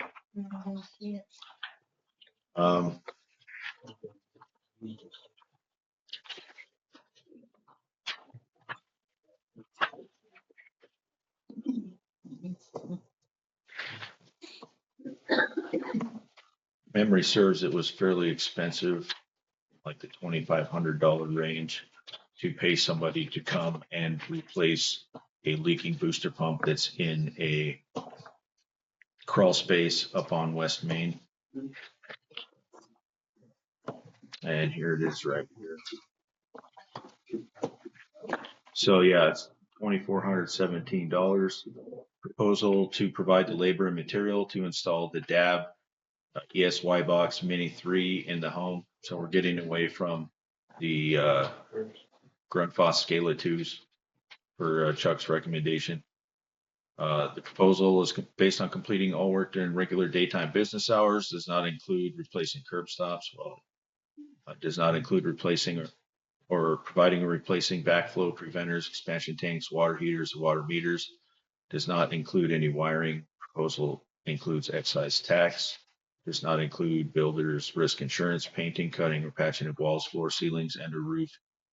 Ceiling tile, ceiling grid removal, replacement concrete pads, sheet metal work, installation of undermount bowls, fire protection work, carpentry work, electrical work, pipe installation, or any plumbing work outside the scope of this proposal. And I believe they talked about the pump being mounted essentially with U-channel under the house. So it's right now it's on a wooden shelf that's gotten wet, kind of moldy. So this is Yes, ma'am. Chuck's recommendation. So Chuck's recommendation was to get away from the Grundfos Scala 2 pumps that we have that are leaking in some instances. And so that was the recommendation. This was a result of, we did the work to identify leaking booster pumps. And so there's the history of the situation was the town installed the booster pumps in the houses. And so what we are doing is, at least at this time, taking care of the leaking water or the leaking booster pumps and replacing them so that they no longer leak. And that's what. Is there just that one that's the bad one? Yeah, there is this one, and I believe there's one more. And then I'm going to go dig through the documentation again and see. I think that will be it, but we might have to do some more inspections too. And if you guys don't mind, I would like to briefly introduced the idea that these pumps need to have a town inspection regime if we are going to assume responsibility for these, which we have based on historical precedent. Then we need to also add inspection to them as well to make sure that if they do start leaking, we can catch it and then get them replaced. So this is just another step. This is the second one that I have looked at. The first one, the homeowner did not want to replace the booster pump that was leaking, only remove it. So that was done, and that work was paid for, was voted on and then paid for in these claims, but was voted on at a previous meeting. So sorry it's taken so long to introduce this. Is it, are you all interested in this at all? I mean, would it be helpful if we printed out this email here? Or should we just, what does the board want to do on this one? I'd like to make a motion that we take responsibility and make the recommended changes. Okay, Trina makes a motion to approve. Do we have a second? I have a question. Okay, I guess I'll second for discussion. Donna has a question. Do we have somebody lined up to do it for $2,400? Yes. Okay. Yep. Well, no surprises afterwards. No, this was for the outfit on this one is Cromer Plumbing. This one, Dan. And I think what we need to do, for the long term is look at that booster situation again. I know I've said it several times about the 2-inch booster up here in the pit and getting it repaired to eliminate all of that until you get the 4-inch booster when the new well's put in and power and everything else. But I would, 3 years ago, this would have solved this problem and we would have. Right, so You said what, 2,500 per to replace right now, or 3,000? well, this one is for 2,400, and let's just limit discussion only to this one, if you don't mind. I mean, real quick, to the point of centralized boosters on Tower Hill, I think eventually that's the best strategy for the town. However, at this point, we do have leaking booster pumps that were installed under the town supervision. So I think the thing to do, at least at this point, is to take care of that issue specifically, and then we can So we're not pointing fingers at anybody. We're just going to take care of it and. Yeah, and that, yes, ma'am. And that's the idea, is to just take care of the leaking booster pumps at this time and then see if there's any other issues surrounding it that we need to address. Deb, did you have a quick comment or question? Yes, I do. Are you gonna waive the contractor's license? Will we have to have a contractor license? I mean, since it's working for the city, can you waive that? Or will you do it for the city? I'm just saying, I don't know. Waived his contractor's license, so. Yeah, you have to have a contractor license to do any work in town. Right. Like $50 or $75 or something a year. Oh, okay. Are they on, do you know if they're on file here already? Cromer Plumbing? I don't believe they are. Okay. All right, well, yeah, you know what? Let me reach out to them and make sure. Chuck? You need to explain to the board members that this is a manufacturer's defect. And they are very much aware of the problem, so, you know, if she understands that. The problem is you replace this with a different brand of pump, and that's where you're getting into, because these pumps are all already gone. Yeah, and that's, I did mention that it was a different brand, getting away from the Grundfos Scala 2, which is the ones that are causing us and actually a lot of other places trouble. So, so we do have a motion on the floor to approve, but we do have the question on the contractor license. So, how does, Linda, do you have an idea how we can address that? Well, I feel like it needs to be paid. We ask everybody else coming into town to pay, and I just think it needs to be paid one way or another. And you can just tell them there might be more down the pike, so that, you know, and then citizens could also hire them to do their plumbing. And I think it's a good good thing. Okay, so, I guess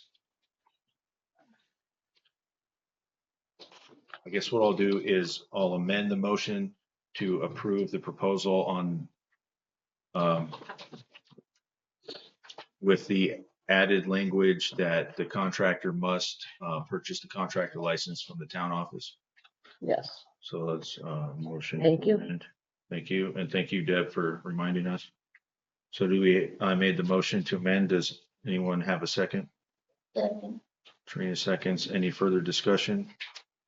Seeing none, all those in favor? Aye. Aye. Aye. So 4 ayes and you said, okay, 5 ayes. All right, thank you. Motion to amend carries.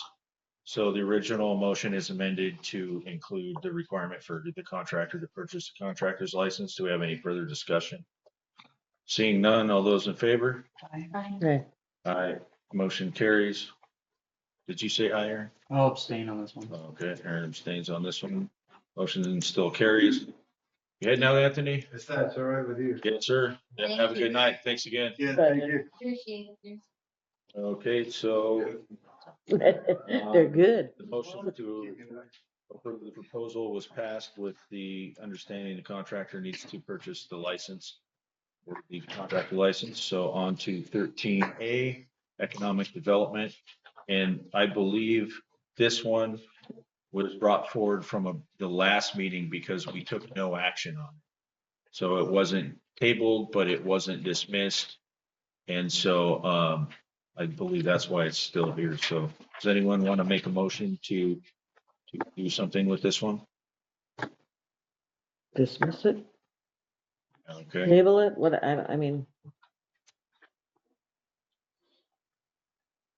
I thought the last time that we discussed this, we decided it was going well with Aaron doing what he is doing with the other group, so, I think it's unnecessary, yeah. Okay, Linda makes a motion. Do we have a second? Yeah. Trina seconds. Okay, any further discussion on this one? Okay, all those in favor? Aye. Aye. All right. All opposed? Any abstains? Okay, No, abstain. 4 ayes, 1 abstention. Very good.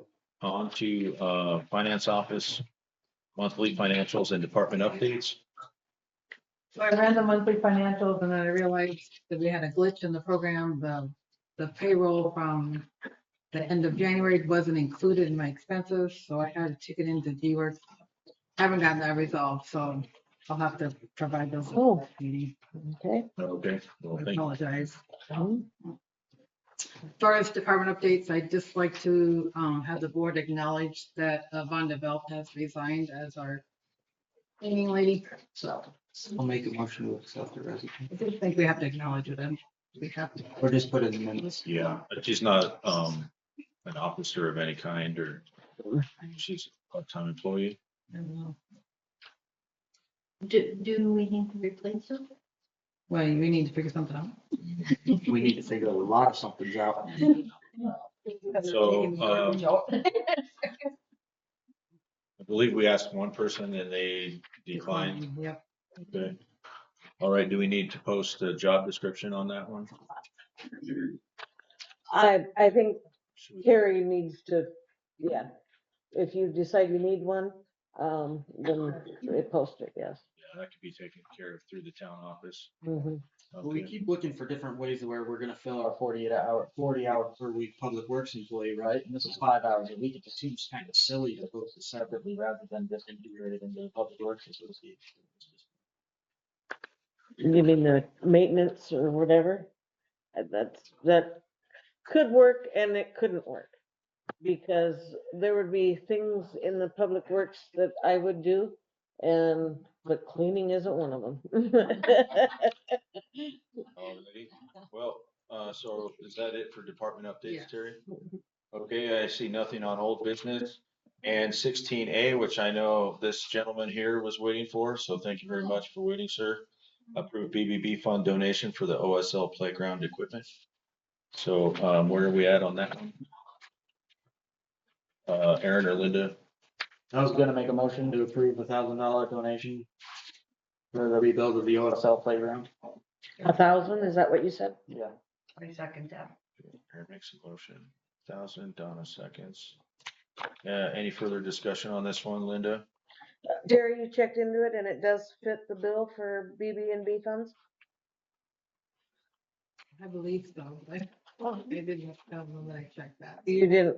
Yeah. So I think that we need to add that it cannot be approved until it is checked to make sure that it fits into the category of BB&B funds. Okay, so guess I'll make. Yes, sir. I don't know if I should do this, because they did name me to the church board. Oh, that's right. So I think I have to look at that, so. You know, kind of look amongst yourselves and decide, Yes, hire sir. outside counsel, but I think I need to have that confidence. Yes, sir. Well, I appreciate you for letting us know that. Okay, I'm the alternate, actually. So I gotta go. Chuck, did you have a comment on this one? Is this replacement or repair? Replacement. It's totally level. There's nothing left. Can we check the price of this? Oh, That's what I was just, I don't think $1,000 will buy the screw. no, it won't. Right. And this is what I was gonna show. We just got this in. And this shows the cost of all the new play equipment. It is absolutely astronomical. It just, here, this, set, whatever, $81,000. I mean, it's absolutely ridiculous. And I want people to realize that we have this up here. And for those people that keep wanting us to have a park, they need to see why we don't have a park. Dan, and then did you have your hand up, sir? Yeah, I don't know if any of the equipment down there that we had at the pump station that we took from the old school, would be Probably not safe. usable. We took that down, Bob King and I, and moved it all down there to the pump house. And it was good equipment, and Buffalo Gap used some of the equipment, still have it down there. Fairburn was gonna take this equipment and couldn't make it work. So we volunteered to take it down between Bob King and I and put it down there, thinking for our park that we would be able to use it, but maybe it might be a solution that some of the pieces could be used for their playground and donate it to them. Okay, so motion on the floor is to donate $1,000 to help them replace it. It's probably a good idea if they're taking a look at what we have and they think they can use it, they can come ask us and we can also throw that in there as well. Sir, did you have a comment or a question? And I was just gonna say, we have been looking into, equipment and prices and things like that, and we've found a couple of sets that have been within $7,000 and $10,000 right in there.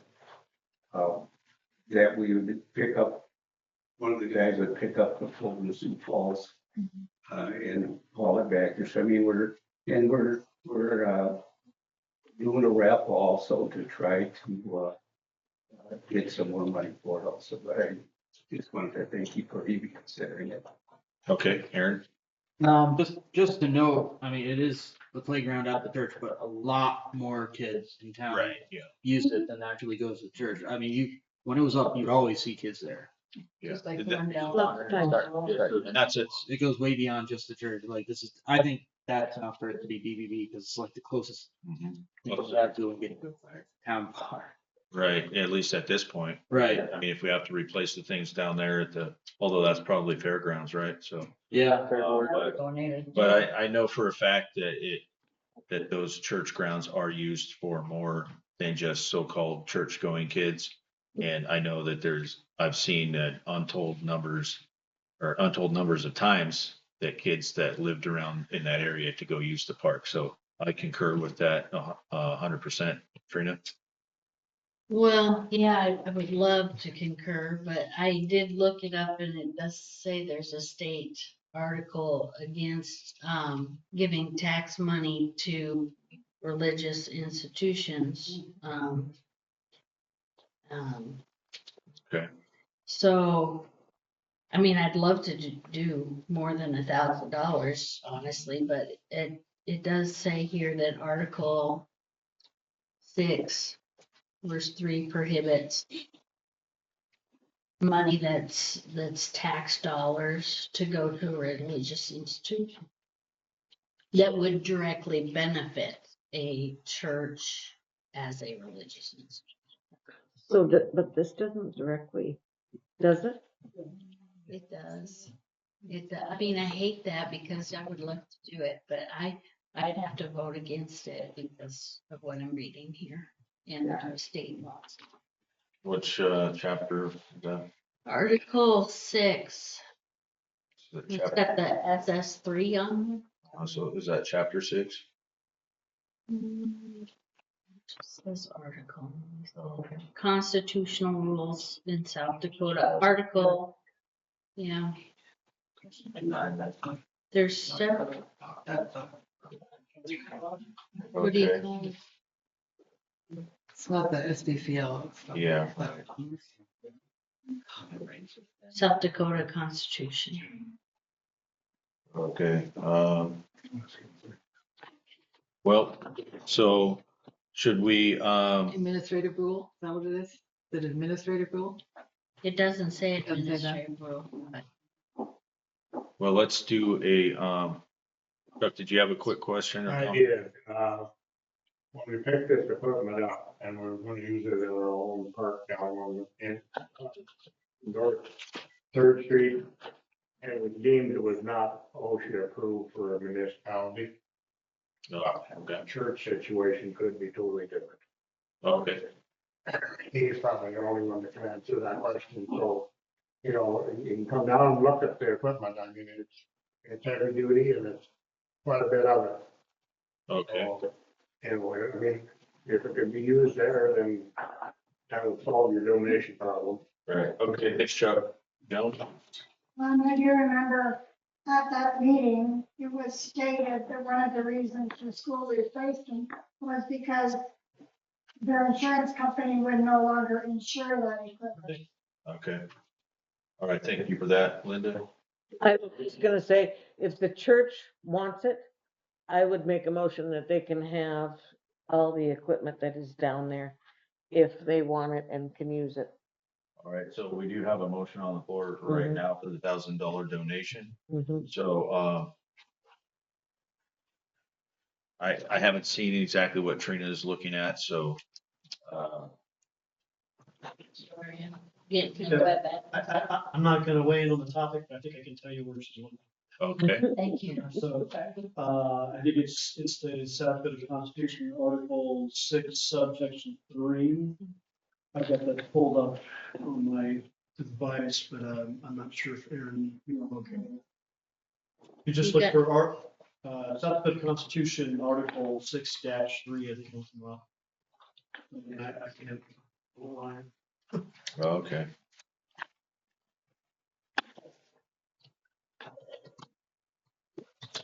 No money or property of the state shall be given or appropriated for the benefit of any sectarian or religious society or institution. Yeah. Okay. That seems pretty broad. Yeah.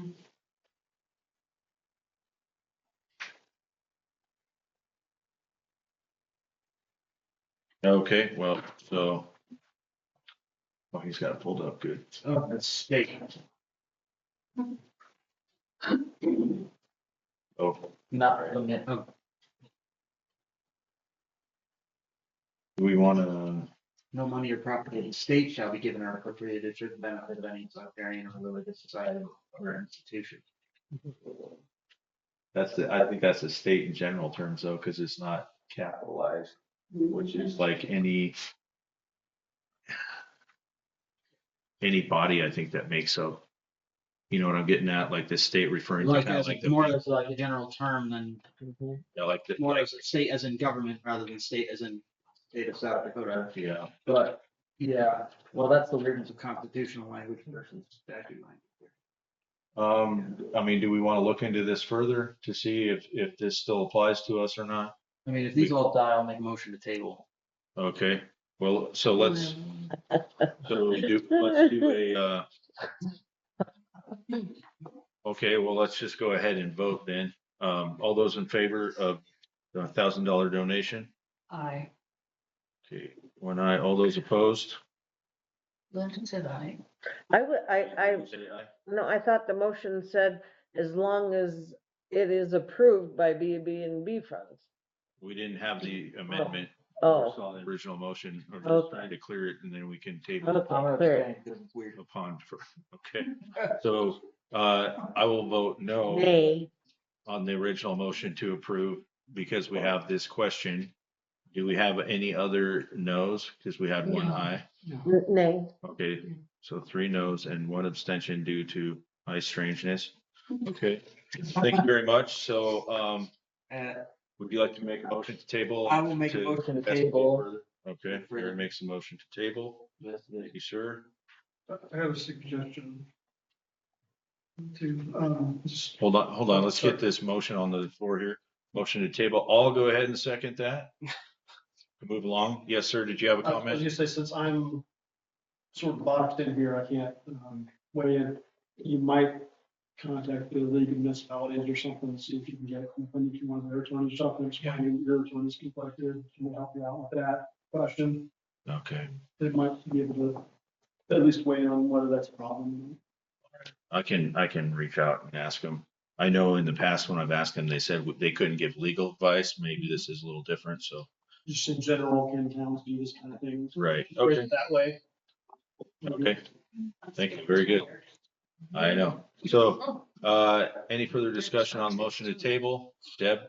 I was just gonna say, are you guys gonna allow them to go down and look at what we have down there and see if they're interested in any of that before the next meeting, or? Yeah, I don't know. Do we need a motion to let them look? I mean, it would be okay, I mean. I don't have a problem with them, with anybody from the church looking to see if. I could take them down there tomorrow. Okay.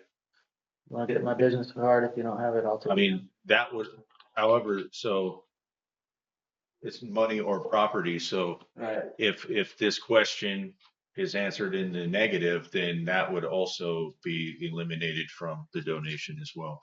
Just to keep that in mind. But at this point, since it's an open question, it's probably, I don't think there's any harm in seeing if at least we could add that to the list. Dan? And if it is, it can be listed as surplus on the equipment and allowed to be able to be given to the church if he finds that the property is sufficient. And if it's offered as surplus, we can allow it to be gone. Okay. All Or right. you can allow it to be gone. All right. Is that what you were going to say, Linda? Well, what I was gonna say is that, yes, it could be surplus, but,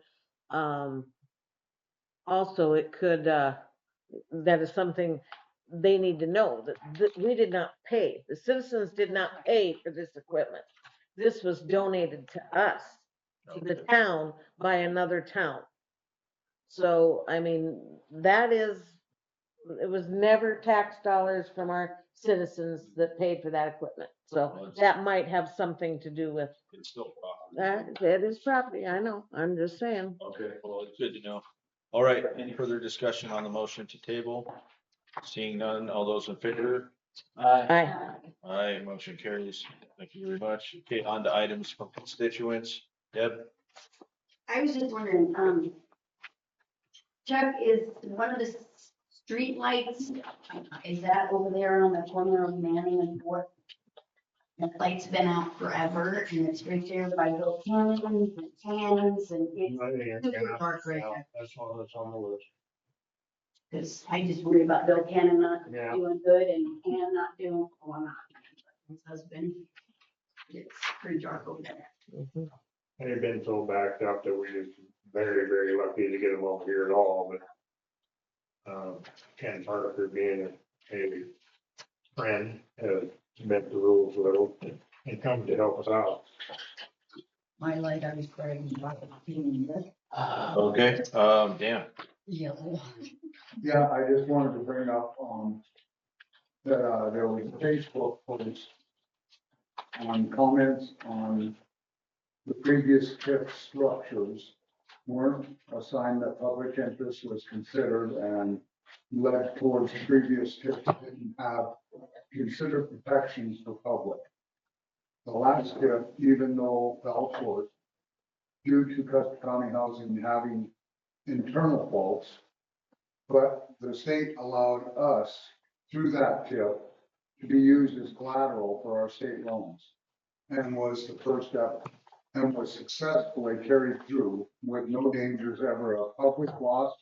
And because it was properly structured with a good developer's agreement and project plan, the town only monitors the account, dispenses monies, is reimbursed for its services, plus gains infrastructures, all mentioned and inspected by our town engineer. Planning commission and building permit process, all of these are check and balances of a successful TIF. So please state the facts if you're gonna state them on Facebook in a proper fashion. I would appreciate that. As far as also on that post regarding Roy's Drive-In, you are 100% backwards that there was no development pressure, only discussion to help both entities accomplish more revenue for the town through housing and help Roy's at a minimum cost to put his sewer line in to be in compliance and satisfy his promise to hook up at the beginning as soon as the sewer was available. Previous boards worked tirelessly to help with an affordable answer to his sewer infrastructure to the end of even then was allowed to reopen, with the only requirement being to supply the town with monthly pumping records. And they chose not to open. The door was open for them to operate. And for you to say, when asked by the engineer, that existing sewer systems be allowed if operating, and the engineer did reply, they would, but if they were septic systems with drain fields, until they fail. But Roy's is only a holding tank, not a septic, and only allowed for temporary under the expectation within 2 to 3 years longest, he would hook up the sewer. This would still apply. So you need to get your facts correct, please. You choose not to ask the resources who lived this entire dilemma, previous board members, and make false statements that were previous boards weren't passionate about our businesses, future businesses, and transparency. You once again failed to ask previous board members what has been set the last 20 years to prepare our infrastructure for development along 79 in town, large parcels, school, Dollar General development, corner pantry, Roy's, new sewer for Lazy R so that they would stay open, and Battle Creek Real Estate, which is now the mini. So please, if you're going to make these statements, please make the statements factual and look back at where we were focused for our future from the previous board. And that we passed ordinances to protect us from bad development and industrial services being limited in our area. So you are riding on the past protection, and you would be in a deeper hole of no transparency if it wasn't for all them ordinances. So please do ask proper questions, proper research before you act and post on the Facebook. Okay, Thank you. all right.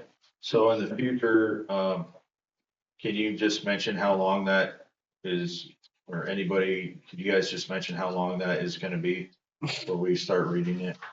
I thought it was under 3 minutes Oh, okay. because I read it out and I timed it. All right, well, let's just keep that in mind going forward. Joan, did you have your hand up? I did, I did. Okay, thank you. Pretty good. Any further comments? And my last. Do you have like a 10-second comment? Yes, I do. Okay. Just that I didn't mention any names, even though the smirking is going on. I didn't say. Okay. We need, Thank you. we need to make sure comments are addressed to the chair. and that comments of a personal nature are omitted. So thank you for that. Any other items from constituents? I saw a couple others. Don't see any hands. Perfect. Trustee input. Do we have any trustee input? I think everybody's kind of tired and wants to go home. Executive session. Well, that was gonna be the next question, but Is nobody else going trustee input? I'll go if nobody else wants to go. well, What? I love trustee input. there you go. Go ahead. Sometimes you do. Yeah, yeah, facts. There are a lot of them. There are dozens and dozens of documents that never made it into public, but I've got them all from the county. I'll do another presentation. This time it'll be all encompassing on the history of the driving. No stone unturned. It'll be fun. Why do we need it? Yeah. Well, I don't think we need that. it's probably worth a work session, but for a regular meeting and, something that's really long, probably not the best for a regular meeting, but if you'd like, I can help you go through it and we could craft up like a 10-15 minute presentation that covers everything. So It'd be good to know. I'll just throw that out there if you're interested, but anyways, any other trustee input? No, do we want to do an executive tonight? We have to. I think we have to. Okay, so who wants to make that Short and motion? sweet. I'll make a motion to enter executive for personnel and security. It's gotta be legal, personnel, or contract. Or security. There are about 7 different other categories. Legal. Building security is one of the permissible. Oh, okay. All right. Let's, Okay, at 10:02. That gives us a few minutes to clear the room and all that. makes the motion. Do we have a second? I'll second it. A second. All those in favor? Aye. Aye. Aye. Motion carries. Well, I think decisions being made after the executive session. Possibly. So we'll